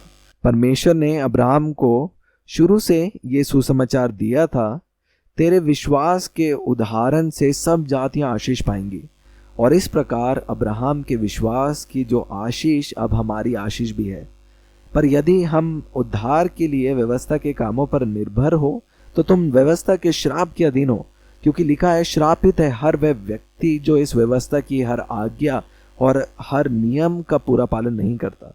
ये स्पष्ट है कि व्यवस्था का पालन करके कोई भी व्यक्ति परमेश्वर के सहीपन प्राप्त नहीं कर सकता, क्योंकि लिखा है सहीपन विश्वास से जीवित रहेगा। परंतु व्यवस्था का पालन करने के लिए विश्वास नहीं चाहिए, बल्कि अपने प्रयास चाहिए, क्योंकि व्यवस्था कहती है जो व्यवस्था के सिद्धांतों को मानता है उसके सब पालन करना होगा। लेकिन मसीह ने हमें व्यवस्था के श्राप से पूरी तरह छुड़ा दिया। उसने स्वयं उस श्राप को अपने ऊपर ले लिया जब उसने हमारे स्थान पर श्रापित होना स्वीकार किया। जैसे लिखा है, हर वह व्यक्ति श्रापित है जो पेड़ पर लटकाया गया। इस प्रकार यीशु मसीह ने हमारे जीवन से श्राप हटा दिया, ताकि उसमें होकर अब्राहम की सब आशीषें अन्य जातियों पर भी उंडेली जाए, और अब विश्वास के द्वारा हम उस प्रतिज्ञा किए हुए पवित्र आत्मा को प्राप्त करते हैं जो हमारे भीतर निवास करता है। देखिए वचन में क्या लिखा है, यीशु मसीह जो है मेरे और आपके लिए उस सहीपन को लेके आए, और जब हम उस सहीपन को ग्रहण करते हैं वो जीवन जो है वो उत्पन्न होता है। चाहे जो भी कुछ क्यों ना हो, आपके जीवन में हर एक क्षेत्र में जो फल होगा वो जीवन ही होगा। और इस बात को हम वचन में भी देखते हैं कि पौलुस किस विषय के लिए जो है वो प्रेरित कर रहा है सब जनों को, कि कोई भी जो है मिलावट ना हो उस सुसमाचार के अंदर जो यीशु मसीह लेके आए। पुरानी व्यवस्था को जो है वो नए अनुग्रह के साथ, विश्वास के साथ जो है वो मेल नहीं है, क्योंकि ये सत्य जिस क्षण आपने पवित्र आत्मा को ग्रहण किया आपका नया जन्म हो गया।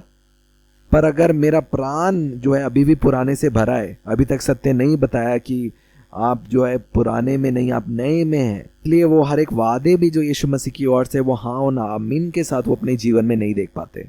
आगे वचन में से पढ़ेंगे, लिखा है,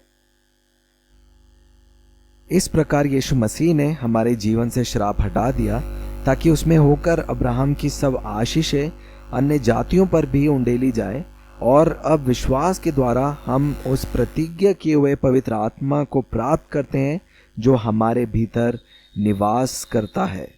और आगे 15 वचन में लिखा है, प्रिय भाइयों, मैं तुमसे एक साधारण उदाहरण देता हूं जिसे हम सब समझ सकते हैं। यदि कोई वाचा या अनुभव एक बार पक्का कर दिया जाए तो बाद में उसमें कोई परिवर्तन नहीं किया जा सकता। बहुत देर हो जाती है उसे बदलने की। स्मरण करो वह शाही घोषणा जो परमेश्वर ने अब्राहम और उसके वंश के विषय की थी। परमेश्वर ने कहा था उसकी प्रतिज्ञाएं अब्राहम और उसके वंश के लिए है। यहाँ वंश जो है वो बहुवचन में नहीं है बल्कि एक ही के लिए है, और वह वंश कौन है? वह प्रतिज्ञा का पुत्र मसीह स्वयं। इसका अर्थ ये हुआ कि परमेश्वर और अब्राहम के बीच की वाचा मसीह में पूरी हुई और उसे बदला नहीं जा सकता। व्यवस्था तो मूसा को 430 वर्ष बाद दी गई थी जब परमेश्वर ने अब्राहम के साथ ये वाचा बांधी थी। इसलिए व्यवस्था परमेश्वर की प्रतिज्ञा को रद्द नहीं कर सकती, क्योंकि प्रतिज्ञा व्यवस्था से पहले दी गई थी। यदि ऐसा होता तो अब्राहम से कही गई बात व्यर्थ हो जाती। हम सारी प्रतिज्ञाएं उस प्रतिज्ञा किए हुए जन मसीह के द्वारा पाते हैं, ना कि व्यवस्था मानकर। तो फिर व्यवस्था क्यों दी गई? वह प्रतिज्ञा के साथ इस कारण दी गई कि लोग उनमें पापों को जान सके, परंतु व्यवस्था अस्थायी थी और केवल तब तक के लिए दी गई थी जब तक प्रतिज्ञा का वंश अर्थात मसीह ना आ गया। परमेश्वर ने व्यवस्था सबसे पहले स्वर्गदूतों के द्वारा दी, फिर मूसा को जो मध्यस्थ था, और मूसा ने उसे लोगों तक पहुंचाई। इसलिए जब वचन में लिखा है कि व्यवस्था तब तक के लिए थी जब तक मसीह जो नहीं आ गए, तो मैं इस बात के साथ में वाद विवाद नहीं करती अपनी सोच में कि ऐसा क्यों। आपको मालूम है मैं और आप बनाए गए उनकी भलाइयों को प्राप्त करने के लिए जो परमेश्वर पिता ने मेरे और आपके लिए तय करके रखी है, और वो हम केवल विश्वास से ग्रहण करते हैं। और इसीलिए जब मैं इस संसार में चलती हूँ, मैं उन बातों के अनुसार नहीं चलती जो लोग मुझे बताते हैं या जो मेरा स्वयं मेरा शरीर जो मुझे बता रहा है। मैं जो चलती हूँ वो उन वचन के अनुसार चलती हूँ जो परमेश्वर पिता ने मेरे विषय में कहे हैं, और उसमें मैं संदेह नहीं करती, ना ही मैं वाद विवाद करती हूँ। लेकिन पिता आनंदित होते हैं, प्रसन्न होते हैं जब हम संपूर्ण मन से उनकी बात पे विश्वास कर कर वैसे ही चलते हैं। और यही फर्क है कि एक जन में दोनों जन जो है पुत्र हैं, लेकिन एक जन के जीवन में बहुत सी गवाहियां हैं और एक के जीवन में नहीं। आगे हम पढ़ेंगे 21 वचन में लिखा है, तो क्या लिखित व्यवस्था परमेश्वर की प्रतिज्ञा के विपरीत है? कभी भी नहीं। यदि कोई ऐसी व्यवस्था होती जिसका पालन करके नया जन्म पाया जा सकता था, तो उद्धार व्यस्त के पालन से ही मिल जाता। परंतु शास्त्र स्पष्ट रूप से कहता है कि सारी दुनिया पाप के अधीन कैद है। ताकि वह प्रतिज्ञा केवल विश्वास के द्वारा ही उन लोगों को दी जाए जो यीशु मसीह पर विश्वास करते हैं। विश्वास के प्रकाशन द्वारा उद्धार प्रकट होने तक व्यवस्था हमें एक कैद खाने की तरह बांध रखी। हम ताले और जंजीरों में बंधे रहे जब तक वह विश्वास प्रकट ना हो गया जो हमें स्वतंत्र करता। व्यवस्था हमारा शिक्षक पालक थी जब तक मसीह नहीं आया ताकि हम विश्वास के द्वारा उद्धार पाएं। परंतु अब जब विश्वास आ गया है तो तुम व्यवस्था के उस पालक के अधीन नहीं रहे। तुम सब मसीह यीशु पर विश्वास करने के द्वारा परमेश्वर के सच्चे पुत्र बन गए हो। विश्वास के द्वारा तुम मसीह में बपतिस्मा पाए और अब तुम उसके जीवन में ढक और लिपटे हुए हो। और अब हम एक दूसरे को पहले जैसी दृष्टि से नहीं देखते। न यहूदी है, न यूनानी, न दास है, न स्वतंत्र, न नर है, न नारी, क्योंकि हम सब यीशु मसीह में एक है। और आगे लिखा है, और यदि तुम मसीह में एक हो तो तुम अब्राहम के वंश हो और उस प्रतिज्ञा के अनुसार उसके सच्चे वारिस हो जो परमेश्वर ने अब्राहम से की थी। आपको मालूम है बाइबल में जो है हम दो विरासत को पाते हैं। जो इंग्लिश में शब्द है टेस्टमेंट या विल, उसे कहते हैं विरासत पत्र। एक पुराना है, पुरानी विरासत, एक नई विरासत है। तो कितने लोग पुराने विरासत को देखकर चलते हैं जब एक नई विरासत जो है स्थापित की जा चुकी है। आप लोग समझ रहे हैं। इसलिए जो आपकी पहचान के विषय में अधिकतर जो लिखा गया है वो कहाँ पे है? क्या वो पुराने नियम में है या नए नियम में है? इसलिए ज़रूरी है कि आप नए नियम में उन आत्मिक पहचानों को आप स्वीकार करें जो पिता ने आपके विषय में कही है।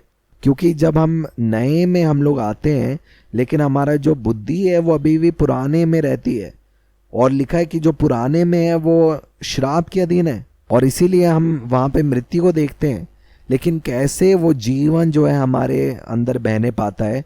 हमारे मन के नए हो जाने से। इसलिए अगर हमारा मन या सोच पुराने में है तो हम उन चीज़ों को नहीं देख पाएंगे जो पिता की ओर से है। इसलिए ज़रूरी है कि हमारा जो प्राण है वो नएपन में रहे ताकि हम उन सारे वादों को हाँ और आमीन के साथ देख सकें। इसीलिए वचन में लिखा है कि तुम्हारे मन के पुराने हो जाने से, क्या वचन में ऐसे लिखा है? तुम्हारे मन के नए हो जाने से। और तब आप देखेंगे उन हर एक वादों को अपने जीवन में हाँ और आमीन के साथ पूरा होते हुए। आप लोग समझ रहे हैं। और इसीलिए मैं आप सभी जन जो आज सुन रहे हैं, मैं आपको उत्साहित करती हूँ कि आप जो है बाइबल पढ़ें। और बाइबल जो है आप ऐसे मत पढ़ें कि एक यहाँ से वचन एक यहाँ से, लेकिन आप जो है उसको सही रीति से आप पढ़ें। और मैं उत्साहित करती हूँ कि सबसे पहले जहाँ पे आपकी पहचान के विषय में है, प्रेरितों के काम से आप जो नए नियम में आप वहाँ से जो है आप अध्ययन करना शुरू करें और आप मनन करें, है ना। पवित्र आत्मा आपको प्रकाशन देंगे उन हर एक बातों के विषय में। और जब आप उस नए पहचान में दृढ़ हो जाएंगे, उसके बाद उस पहचान के द्वारा फिर जो है आप उस पुराने नियम को आप पढ़ें। और वहाँ पे भी आप एक चीज़ पाएंगे कि व्यवस्था के बीच में भी परमेश्वर ने जो मार्ग तैयार किया था अपने बच्चों को आशीष देने के लिए, वो लहू के द्वारा था, जहाँ पे निष्कलंक मेमने का लहू जो है वो चढ़ाया जाता था।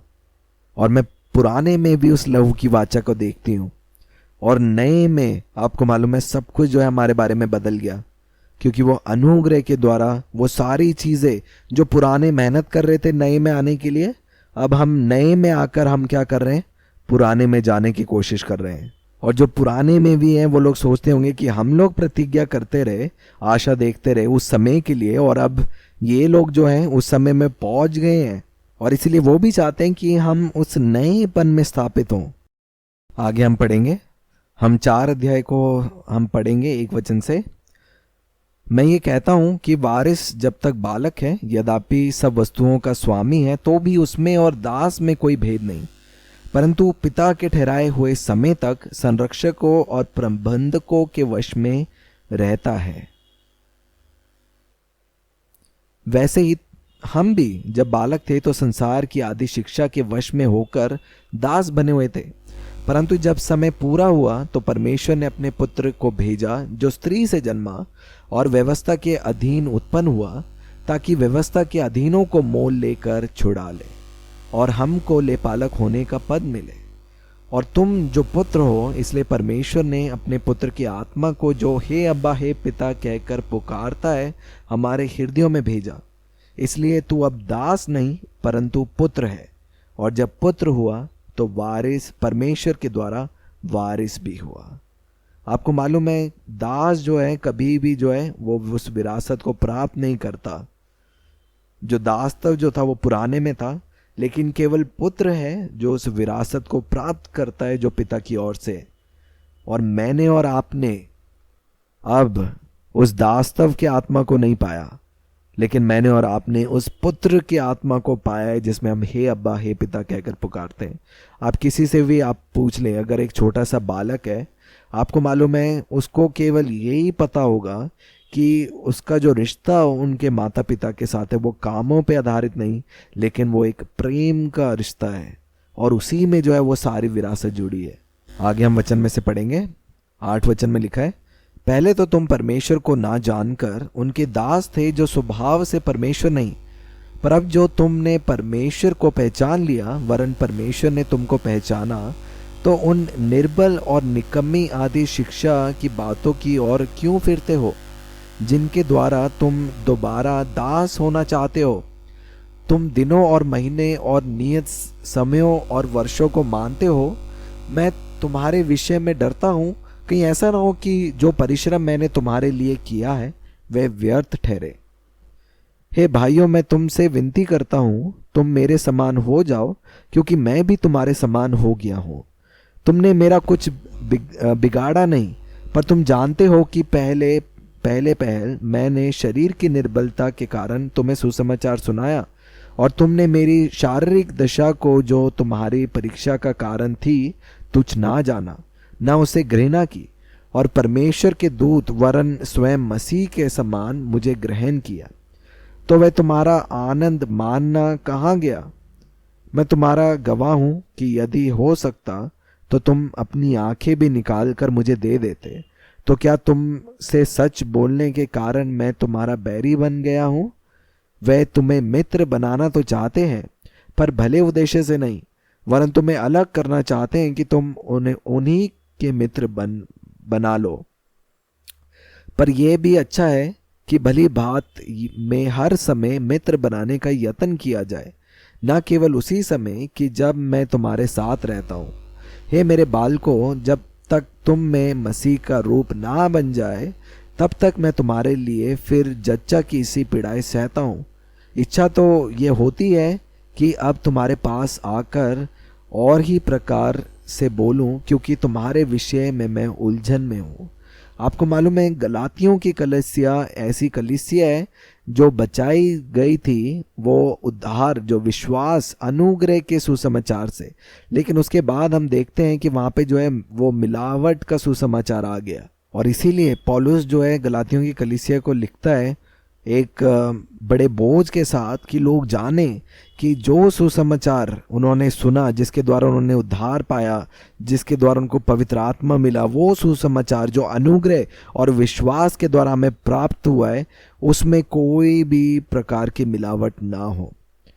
और हम देखते हैं हमारे जीवन में, मैं आप सबको उत्साहित करती हूँ, बहुत सी बारी जो है आप देखना, जो नकारात्मक सोच हैं, जो बातें हैं आपके प्राण में, आपकी कल्पनाओं में, आपकी सोच में, आपके विचारों में आने की कोशिश करेंगे, लेकिन वही समय है कि हम जाने कि जो सहीपन है ना, वो सारी भलाइयाँ पाने के लिए मैं योग्य हूँ, और उसके पीछे का कारण यही है कि मैंने अपने कामों से उन्हें प्राप्त नहीं किया, लेकिन मैं उसके प्रेम को मैं खुले हृदय के साथ मैं स्वीकार करता हूँ। और परमेश्वर पिता ऐसे हृदय को देखकर बहुत आनंदित होते हैं। आगे हम वचन में से पढ़ेंगे, सारा और हाजिरा का उदाहरण। 21 वचन में लिखा है, तुम जो व्यवस्था के अधीन होना चाहते हो, मुझे बताओ, क्या तुम व्यवस्था की नहीं सुनते? ये लिखा है कि अब्राहम की 2 पुत्र हुए, एक दासी से और एक स्वतंत्र स्त्री से। परंतु जो दासी से हुआ वह शारीरिक रीति से जन्मा, और जो स्वतंत्र स्त्री से हुआ वह प्रतिज्ञा के अनुसार जन्मा। इन बातों में दृष्टांत है। ये स्त्रियां मानो दो वाचाएं हैं। एक तो सीने पहाड़ की जिससे दास ही उत्पन्न होते हैं और वे हाजिरा है, और हाजिरा मानो अरब का सीने पहाड़ है और आधुनिक यरूशलेम उसके तुल्य है, क्योंकि वह अपने बालकों समेत दास्तव में है। पर ऊपर की यरूशलेम स्वतंत्र है और वह हमारी माता है, क्योंकि लिखा है, हे बांझ, तू जो नहीं जानती आनंद कर, तू जिसको पीड़ाएं नहीं उठाती गला खोल कर जय जयकार कर, क्योंकि त्यागी हुई की संतान सुहागनी की संतान से भी अधिक है। हे भाइयों, हम इसहाक के समान प्रतिज्ञा की संतान हैं, और जैसा उस समय शरीर के अनुसार जन्मा हुआ आत्मा के अनुसार जन्मे हुए को सताता था, वैसे ही अब भी होता है। परंतु पवित्र शास्त्र क्या कहता है? दासी और उसके पुत्र को निकाल दे, क्योंकि दासी का पुत्र स्वतंत्र स्त्री के पुत्र के साथ उत्तराधिकारी नहीं होगा। इसलिए हे भाइयों, हम दास के नहीं परंतु स्वतंत्र स्त्री की संतान है। यहाँ पे हम देखते हैं अब्राहम के विषय में, अब्राहम की जो पत्नी थी उसका नाम था सारा, और परमेश्वर ने जो है अब्राहम के साथ वाचा बांधी थी कि तेरे द्वारा बहुत सी जो जातियां हैं वो उत्पन्न होंगी। और हम देखते हैं जब प्रतिज्ञा परमेश्वर ने अब्राहम के साथ करी, उस समय अब्राहम की जो आयु थी लगभग 100 साल की थी, और सारा भी जो है वो बांझ थी, और मतलब वो परिस्थिति जो ऐसी थी बिल्कुल असंभव के समान। और उनको ऐसा लगा कि अब एक ऐसा समय आ गया है कि ज़रूरी है कि उनको, सारा को लगा कि उन्हें जो है परमेश्वर की मदद करनी है इस प्रतिज्ञा को पूरी करने के लिए।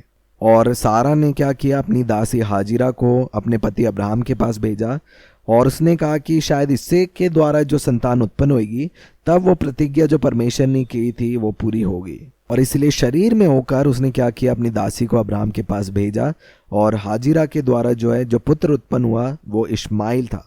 और आप कल्पना करें, एक जो शरीर का काम था जिसमें सारा को लगा कि उसको परमेश्वर की मदद करने की ज़रूरत है, उसके द्वारा एक ऐसी जो जात उत्पन्न हुई जिसे परमेश्वर कह रहे हैं वो जो स्त्री थी वो दासी स्त्री थी। परमेश्वर ने कहा कि ये प्रतिज्ञा की संतान नहीं है। और लिखा है कि जब समय हुआ उस ठीक समय में जो है सारा के एक पुत्र उत्पन्न हुआ, और सारा के द्वारा हम देखते हैं इसहाक उत्पन्न हुआ, और परमेश्वर की वो जो प्रतिज्ञा थी वो पूरी हुई। और इसहाक के द्वारा हम देखते हैं इसहाक के वंश से जो है फिर यीशु मसीह उत्पन्न हुए। आपको मालूम है, इनको परमेश्वर कहते हैं दो वाचा, एक जिसमें शरीर के काम है और दूसरा जो प्रतिज्ञा की संतान है। और विश्वास में प्रतिज्ञा में क्या है, जो परमेश्वर ने कहा है उसे परमेश्वर पूरा करेंगे। शरीर के कामों में क्या है, मैं शरीर के कामों से जो है कुछ चीज़ों को प्राप्त करना चाहता हूँ। ये शरीर का काम सबको जो है अपने ऊपर निर्भर होकर करना चाहता है, लेकिन जो आत्मा या जो प्रतिज्ञा की है वो पूरी निर्भरता जो है वो परमेश्वर पिता के ऊपर है। इसलिए यहाँ पे जो वचन में लिखा है कि हम दासी के नहीं परंतु स्वतंत्र स्त्री की संतान है, और हमारी जो विरासत होगी वो दास्तव में नहीं लेकिन उस स्वतंत्रता में होगी जो यीशु मसीह के द्वारा हमें प्राप्त हुई है। आगे हम पढ़ेंगे, हम इसके अनुवाद को पढ़ेंगे 4 अध्याय को टीपीटी वर्जन से। हम 4 अध्याय के 1 वचन से पढ़ेंगे। यहाँ पे लिखा है, मैं एक उदाहरण देता हूँ, जब तक वारिस बालक है वह सेवक से कुछ भी भिन्न नहीं, यद्यपि वास्तव में वह सबका स्वामी है, पर पिता द्वारा नियत समय तक संपत्ति के अभिभावकों और प्रबंधकों के अधीन रहता है। इसी प्रकार हम भी जब बालक थे तब इस संसार की शक्तियों और तत्वों के अधीन दास बने हुए थे, पर जब समय पूरा हुआ तो परमेश्वर ने अपने पुत्र को भेजा जो स्त्री से जन्मा और व्यवस्था के अधीन हुआ। यह सब इसलिए हुआ कि वह हमें व्यवस्था के बंधन से छुड़ाए और हमें देह तक लेकर पुत्रत्व प्रदान करे, और इस बात का प्रमाण देने के लिए कि हम उसके पुत्र हैं। परमेश्वर ने अपने पुत्र की आत्मा हमारे हृदयों में भेजा जो पुकारता है, अब्बा पिता, मेरे सच्चे पिता। इसलिए अब हम दास नहीं रहे बल्कि पुत्र हैं, और जब पुत्र हैं तो परमेश्वर के वारिस भी हैं। जब हम परमेश्वर को नहीं जानते थे तब उन सामर्थहीन देवताओं के दास थे जो वास्तव में देवता नहीं है। पर अब जब तुम परमेश्वर को जान गए हो, बल्कि परमेश्वर ने तुम्हें जान लिया है, तो फिर क्यों उन निर्बल और निकृष्ट धार्मिक रीति रिवाजों की ओर लौटना चाहते हो, जिनके अधीन फिर से दास बनना चाहते हो? तुम विशेष दिनों, नए चांद, पर्वों और धार्मिक वर्षों का पालन करने लगे हो। मुझे तुम्हारे विषय में ये डर है कि कहीं मेरी मेहनत व्यर्थ ना हो गई हो। हे मेरे प्रिय भाइयों और बहनों, मैं तुमसे विनती करता हूँ, मेरे जैसा बनो, क्योंकि मैं तुम्हारे समान बन गया हूँ। तुमने मेरे साथ कोई बुरा व्यवहार नहीं किया। तुम जानते हो कि मेरे दुर्बल स्वास्थ्य के कारण ही मैंने तुम्हारे बीच सुसमाचार सुनाया, और यद्यपि मेरी शारीरिक दशा में तुम्हें कठिनाई में डाला, फिर भी तुमने मुझे तुच्छ ना जाना, ना घृणा की, बल्कि तुमने मुझे परमेश्वर के सरदूत के समान, हाँ, मसीह यीशु मसीह के समान ग्रहण किया। तब तुम्हारा वह धन्य भाव कहाँ गया? मैं गवाही देता हूं कि यदि संभव होता तो तुम अपनी आंखें निकाल कर मुझे दे देते। तो क्या अब मैं सत्य कहने के कारण तुम्हारा शत्रु हो गया हूं? ये झूठे शिक्षक तुम्हें अपने पक्ष में करना चाहते हैं ताकि तुम मेरे विरुद्ध हो जाओ और केवल उन्हीं के पीछे चलो। क्या ये भलाई है? अच्छा तो ये कि तुम सदा ही भलाई और सच्चाई में लगे रहो, ना कि केवल तब जब मैं तुम्हारे पास हूं। हे मेरे प्रिय बच्चों, मैं फिर से तुम्हारे लिए आत्मिक प्रसव पीड़ा सह रहा हूं, जब तक कि मसीह तुम में आकर ना ले ले। कितना अच्छा होता कि मैं अब तुम्हारे पास होता और अपने स्वर को बदल सकता, क्योंकि मैं तुम्हारे विषय में सचमुच चिंतित और अचंभित हूं। मुझे बताइए, क्या आप फिर से व्यवस्था या कानून के अधीन होकर जीना चाहते हो? क्या आपने कभी व्यवस्था को ध्यान से सुना है? क्या आप भूल गए हैं कि अब्राहम की 2 बेटे थे, एक दासी स्त्री और दूसरा स्वतंत्र स्त्री से? दासी स्त्री से उत्पन्न इश्माइल शरीर के स्वाभाविक रीति से पैदा हुआ था, परंतु स्वतंत्र स्त्री से उत्पन्न इसहाक आत्मा के सामर्थ्य से परमेश्वर की प्रतिज्ञा का संतान हुआ।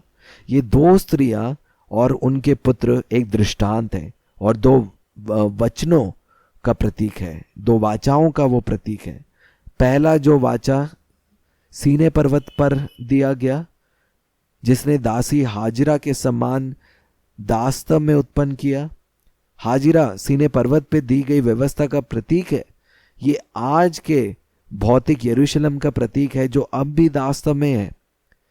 इसके विपरीत स्वर्गीय यरूशलेम जो हमारे ऊपर है, वह हमारी सच्ची माता है, वह स्वतंत्र स्त्री है जो हमें स्वतंत्र में जन्म देती है। क्योंकि लिखा है, हे बांझ स्त्री जो संतान नहीं जनती, आनंद से जय जयकार कर। हे प्रसव पीड़ा ना जनने वाली, ऊंचे स्वर में गा और हर्ष कर, क्योंकि उजड़ी हुई स्त्री के बहुत अधिक संतान होगी बनिस्बत उस स्त्री के जिसके पति है। हे मित्रों, जैसे इसहाक प्रतिज्ञा की संतान था, वैसे ही अब हम भी प्रतिज्ञा की संतान हैं। और जैसे उस समय स्वाभाविक रीति से जन्म पुत्र आत्मा से जन्मे पुत्र को सताता था, वैसे ही अब भी हो रहा है। तो पवित्र शास्त्र क्या कहता है, आप लोग समझ रहे हैं? यहाँ पे जो अध्याय हमने पढ़ा, इस अध्याय में हम देखते हैं कि 2 वाचाओं के बारे में जो है वचन हमें बताता है। एक दास्तव का क्षेत्र है और दूसरा जो है वो स्वतंत्रतव या पुत्रतव का क्षेत्र है। मैं और आप अब दास्तव में से नहीं है। जब हम यीशु मसीह को नहीं जानते थे, हम इस क्षेत्र में थे जो दास्तव का क्षेत्र है। और जब हमने यीशु मसीह को ग्रहण किया, हमारा नया जन्म हुआ, तब हमने उस स्वतंत्र क्षेत्र में, पितापन के क्षेत्र में हमने प्रवेश किया। और यहाँ पे जितना अधिक हम यीशु मसीह के सहीपन के विषय में हम सुनते हैं, उतना अधिक हम उस विरासत को हम प्राप्त करने पाते हैं। हम इसके आखिरी वचन को भी पढ़ेंगे। 31 वचन में इस प्रकार से लिखा है, अब ये स्पष्ट है, हम दासी स्त्री की संतान नहीं है, हम स्वतंत्र स्त्री की संतान है, अनुग्रह से जन्मे संतान। मैं और आप अब दास्तव में नहीं है, मैं और आप यहाँ पे हैं, मैंने और आपने नया जन्म पाया और मैं और आप एक नई सृष्टि है।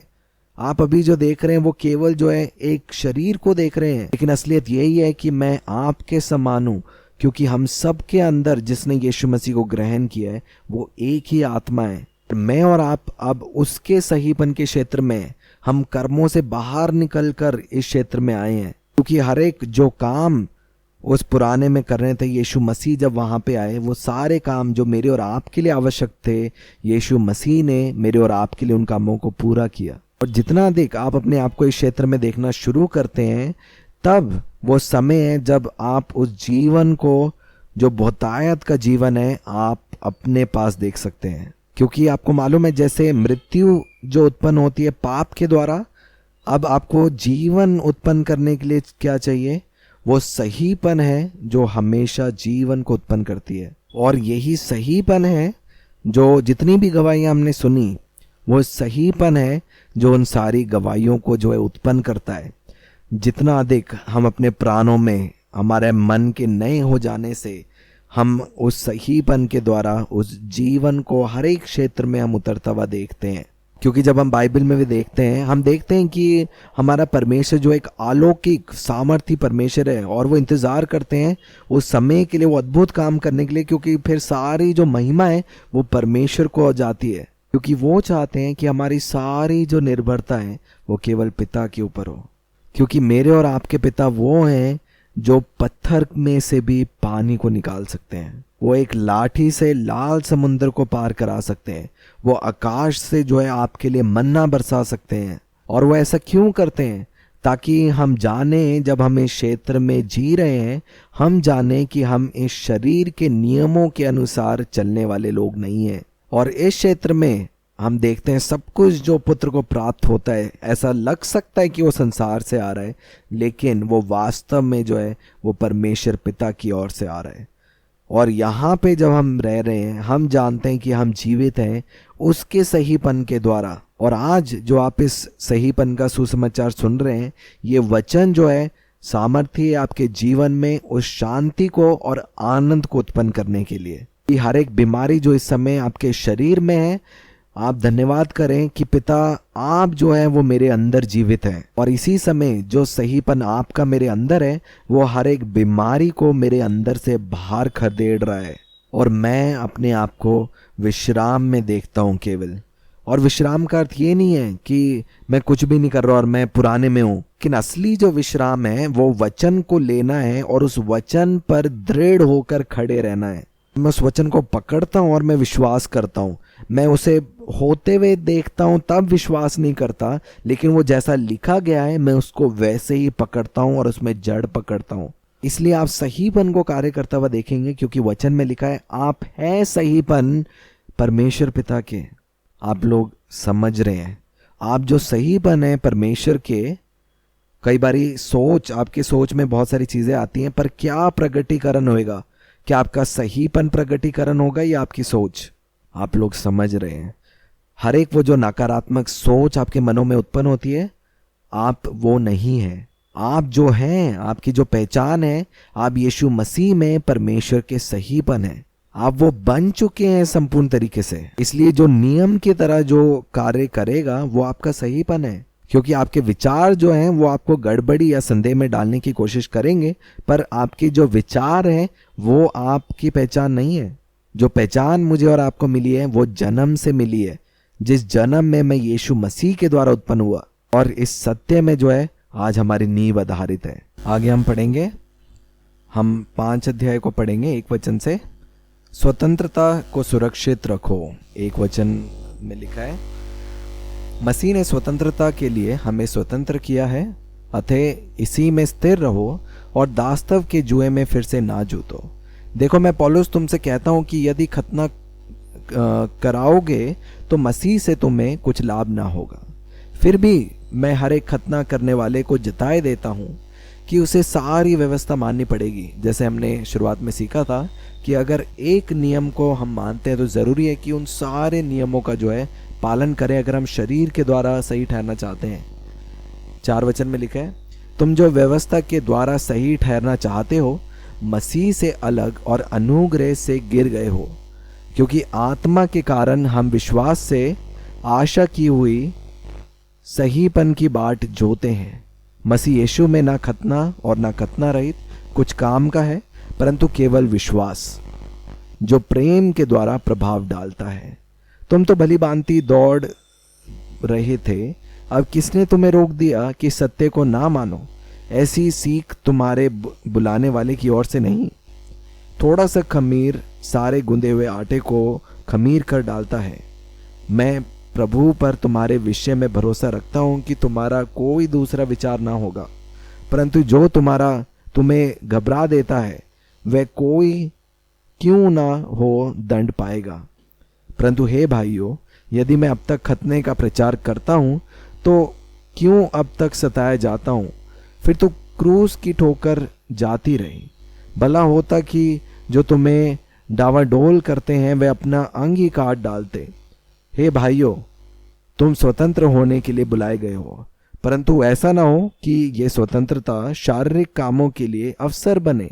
जैसे हमने कहा कि उस स्वतंत्रता में मैं और आप हैं, लेकिन वो जो इच्छा है अंदर से, हर एक वो जो लालसा है, वो इच्छा जो है वो चली जाएगी, क्योंकि अब पवित्र आत्मा आपके अंदर है।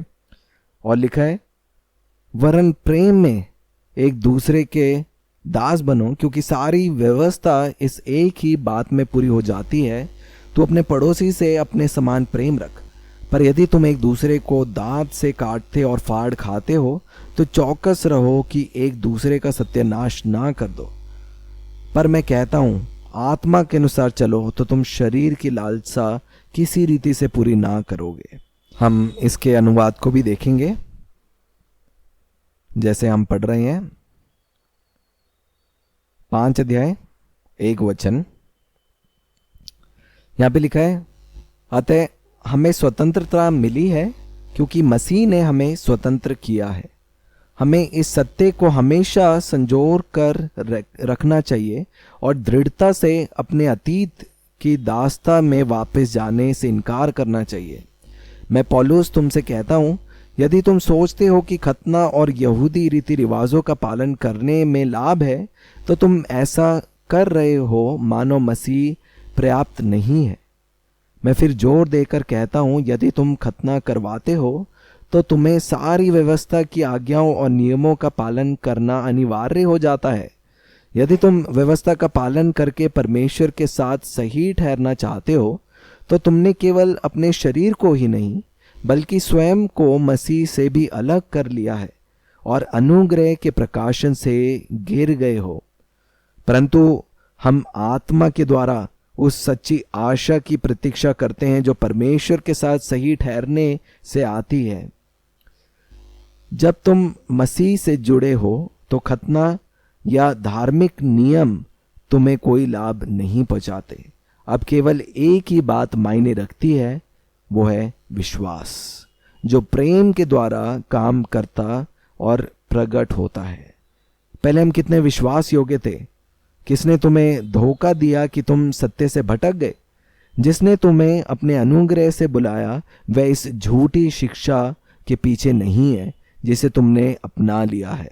ये जो मिलावट का सुसमाचार है या जो हम पुराने में देखते हैं, वचन इस बात को कहता है कि ये झूठी शिक्षा के पीछे जो है वो यीशु मसीह नहीं है। वो इसे अपनी कलीसिया नहीं कहते। और ये जो मिलावट भरा जो सुसमाचार है, ये जो समूह है, यीशु मसीह का इससे कोई ताल्लुक नहीं है। जो यीशु मसीह ने गिरा दिया उसे वो दोबारा से फिर से वो क्यों बनाएंगे?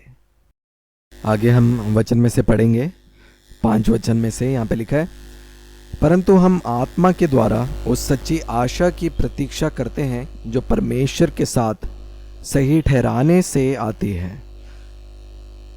जब तुम मसीह से जुड़े हो तो खतना या जो सहीपन के नियमों तुम्हें कोई लाभ नहीं पहुंचते। अब केवल एक ही बात मायने रखती है, वो है विश्वास, जो प्रेम के द्वारा काम करता और प्रकट होता है। पहले तुम कितने विश्वास योग्य थे। किसने तुम्हें धोखा दिया कि तुम सत्य से भटक गए? जिसने तुम्हें अपने अनुग्रह में बुलाया वह इस झूठी शिक्षा के पीछे नहीं है जिसे तुमने अपना लिया है। क्या तुम नहीं जानते कि यदि तुम अपने हृदय में थोड़ा भी झूठ आने देते हो तो वह तुम्हारे पूरे विश्वास तंत्र को दूषित कर देता है। देखिए यहाँ पे वचन क्या कहता है, अगर एक झूठ भी अगर हम अपने मन में हम आने देते हैं तो पूरे विश्वास तंत्र को जो है वो दूषित करता है। इसलिए ज़रूरी है कि हम हर एक उस पुराने को, उस झूठ को निकाल कर उस सत्य में जो है हम बने रहें। आगे देखिए क्या लिखा है, मेरे हृदय में गहरी आशा है कि प्रभु जो तुम में रहता है तुम्हें फिर से सत्य की ओर लौटा लाएगा, और मुझे पूरा विश्वास है कि जो लोग तुम्हें परेशान कर रहे हैं वे चाहे कोई भी हो अपनी सज़ा अवश्य पाएंगे। मेरे प्रिय मित्रों, क्या तुम सोचते हो कि जो सहीपन की व्यवस्था मुझे इसलिए सताती है क्योंकि मैं खतना और यहूदी व्यवस्था का पालन करने का संदेश सुनाता हूँ? बिल्कुल नहीं। यदि ऐसा होता तो क्रूस का अपमान तो समाप्त हो गया होता। सच कहूँ तो मैं तुम्हारे सब उकसाने वालों से इतना घृणा करता हूँ कि काश वे अपने कानूनी प्रभाव को भी तुम्हारे जीवन से काट कर अलग कर देते। प्रियजनों, परमेश्वर ने हमें स्वतंत्रता का जीवन जीने के लिए बुलाया है, परंतु इस अद्भुत स्वतंत्रता को शरीर की इच्छाओं को पूरा करने का बहाना मत बनाओ।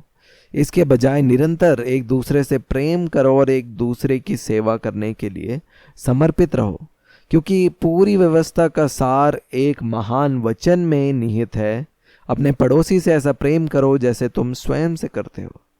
परंतु यदि तुम छोटी छोटी बातों पर एक दूसरे की आलोचना करते और आपस में विरोध करते रहते हो तो तुम ऐसे जंगली पशुओं की तरह व्यवहार कर रहे हो जो एक दूसरे को नष्ट करने की कोशिश करते हैं।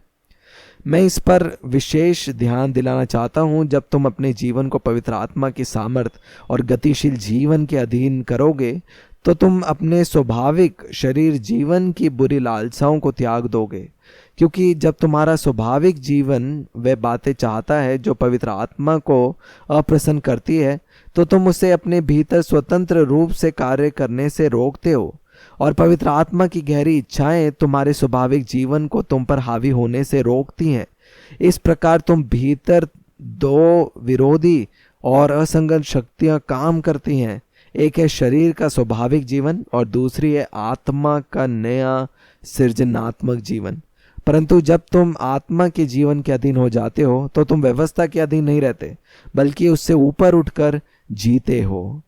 देखिए, बहुत सी बारी जो है आपका पुराना मनुष्यत्व जो है बाहर आने की कोशिश करेगा, लेकिन वो आपका असली स्वभाव नहीं है। लेकिन आपका जो स्वभाव है, उस पुनरुत्थान मनुष्यत्व जो नई सृष्टि है, वो उसके द्वारा आता है। इसलिए हर समय जब आपका शरीर का स्वभाव जब बाहर आता है, आप अपने आप को अलग करें। आप जानें कि आप ये नहीं है, ये आपकी इच्छाएं नहीं है, और उस भीतरी मनुष्यत्व के प्रभाव से उन शरीर की लालसाओं के ऊपर आप विजय पाएंगे। इसलिए ज़रूरी है कि आज हम सब लोग इस सत्य में जाग रहे हैं कि जो असली कलीसिया है वो एक क्षेत्र है, जो क्षेत्र है सहीपन का क्षेत्र। और वो सहीपन मेरे और आपका सहीपन नहीं है, लेकिन वो यीशु मसीह का सहीपन है जो मैंने और आपने ग्रहण किया है। इसलिए अब मैं और आप शरीर नहीं है, मैं और आप जो है शरीर की पहचान में नहीं है, मैं और आप एक आत्मा है। आप लोग समझ रहे हैं। और मैं आप सभी को उत्साहित करती हूँ कि ये जो विषय के बारे हम मनन कर रहे हैं, जो नींव के बारे में, हमारी नींव, मैं उत्साहित करती हूँ कि आप फिर से जाकर इन सभी प्रचार को आप सुने। और मेरा विश्वास है पवित्र आत्मा आपको उस नींव में स्थापित करेंगे जो नींव चट्टान है, जो स्वयं यीशु मसीह वो जीवित वचन है, उस नींव के ऊपर वो आपको स्थापित करेंगे। और इसलिए ज़रूरी है कि हम कभी भी अपने जीवन की जो तुलना है वो किसी दूसरे व्यक्ति के साथ ना करें, क्योंकि आपको मालूम है पवित्र आत्मा जो है वो व्यक्तिगत है और वो आपको जो है आपके व्यक्तिगत रीति से सिखाने में वो सक्षम है, और वो चाहते हैं कि वो आपको आकार दें। पिछले हफ्ते जब मैं कसरत कर रही थी और मैं जिम में थी, मैंने कुछ लोगों को देखा कि वो लोग जो है एक ऐसे वहाँ पे स्टूल रखा है और उसके ऊपर जो है वो छलांग मार रहे हैं। तो मैंने अपने ट्रेनर को कहा कि मैं भी जो हूँ ये करना चाहती हूँ, क्योंकि मैंने पहले भी जो है एक बहुत बड़ा जो टायर जो है मैंने जो है उसको पलटा था वो सामर्थ की आत्मा के द्वारा। तो इस बारी भी मैं चाहती थी कि मैं इस प्रयास को करूं, लेकिन जैसे ही मैं उस पर उछलने की कोशिश करी, क्या हुआ, मेरा जो घुटने के नीचे जो हड्डी है वो सीधा जो है उस स्टूल में लग गई और वो मांस जो है वहाँ से निकल गया। और जब मैं वापस जा रही थी मैं इस बात को सोच रही थी कि बहुत सी बारी हम दूसरों को देखकर हम भी चाहते हैं कि हम भी उन कामों को करें, और इसीलिए जो है जब दूसरों की गवाहियों को हम देखते हैं हम सोचते हैं हमारी जीवन में ये गवाहियाँ क्यों नहीं है, और हम सोचते हैं कि हमारे साथ भी जो है इसी रीति से होना चाहिए। इसलिए आप जानें कि जिस रीति से पवित्र आत्मा कार्य करना चाहते हैं वो सभी के लिए एक नहीं है, वो व्यक्तिगत आपके जीवन में कार्य कर रहे हैं। एक जन के लिए हो सकता है कि वो अद्भुत रीति से जो है वो जो कैंसर था वो जो है वो गायब हो जाता है, रिपोर्ट सारी नॉर्मल होती है, और दूसरे के लिए हो सकता है पवित्र आत्मा आपको उत्साहित करें कि ठीक है हम सबसे अच्छे जो है डॉक्टर को लेके आएंगे, वो बुद्धि का आत्मा है, क्योंकि पवित्र आत्मा जानते हैं कि किस प्रकाशन के स्तर में वो हैं और किस स्तर में आप हैं। इसलिए आपको जो जीवन है वो पवित्र आत्मा के द्वारा चलाए चलने दो, उन्हें जो है आप एक बक्से में या अपनी सोच में कैद करके मत रखो। और जितना अधिक आप पवित्र आत्मा को अनुमति देंगे, आप देखना वो आपके जीवन में और सामर्थ के साथ जो है वो कार्य करने पाएंगे, और हर एक वो जो झूठ के बीज आपके प्राणों में बोए गए थे उन सभी बीजों को वो निकालेंगे। क्यों ना हम लोग सब खड़े हो जाएंगे और आज जो है आत्मिक भेंट हम अपने महायाजक को देंगे। मैं आप सबको उत्साहित करती हूँ कि ये जो पूरा साल रहा है आप उन सारे चीज़ों को याद कर सकते हैं, उन भलाइयों को याद कर सकते हैं जो पिता आपके जीवन में लेके आए।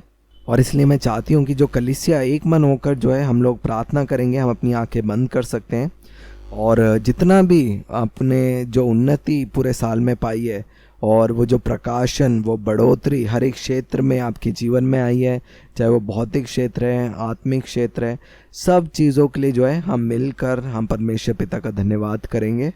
Shaharahadari Harabbe Kiro Hodoloropa. He Briadararabapa Shiriarabapa. Oh, yeah, you do not have the spirit of fear, but of power, of love, and of a sound, of a still mind. Oh, Riarababa Shikrahadara. I thank you, Father. I seal this whole year in your blood, Jesus. And we rest in your righteousness this whole year, Father. In Jesus' name, amen. Amen.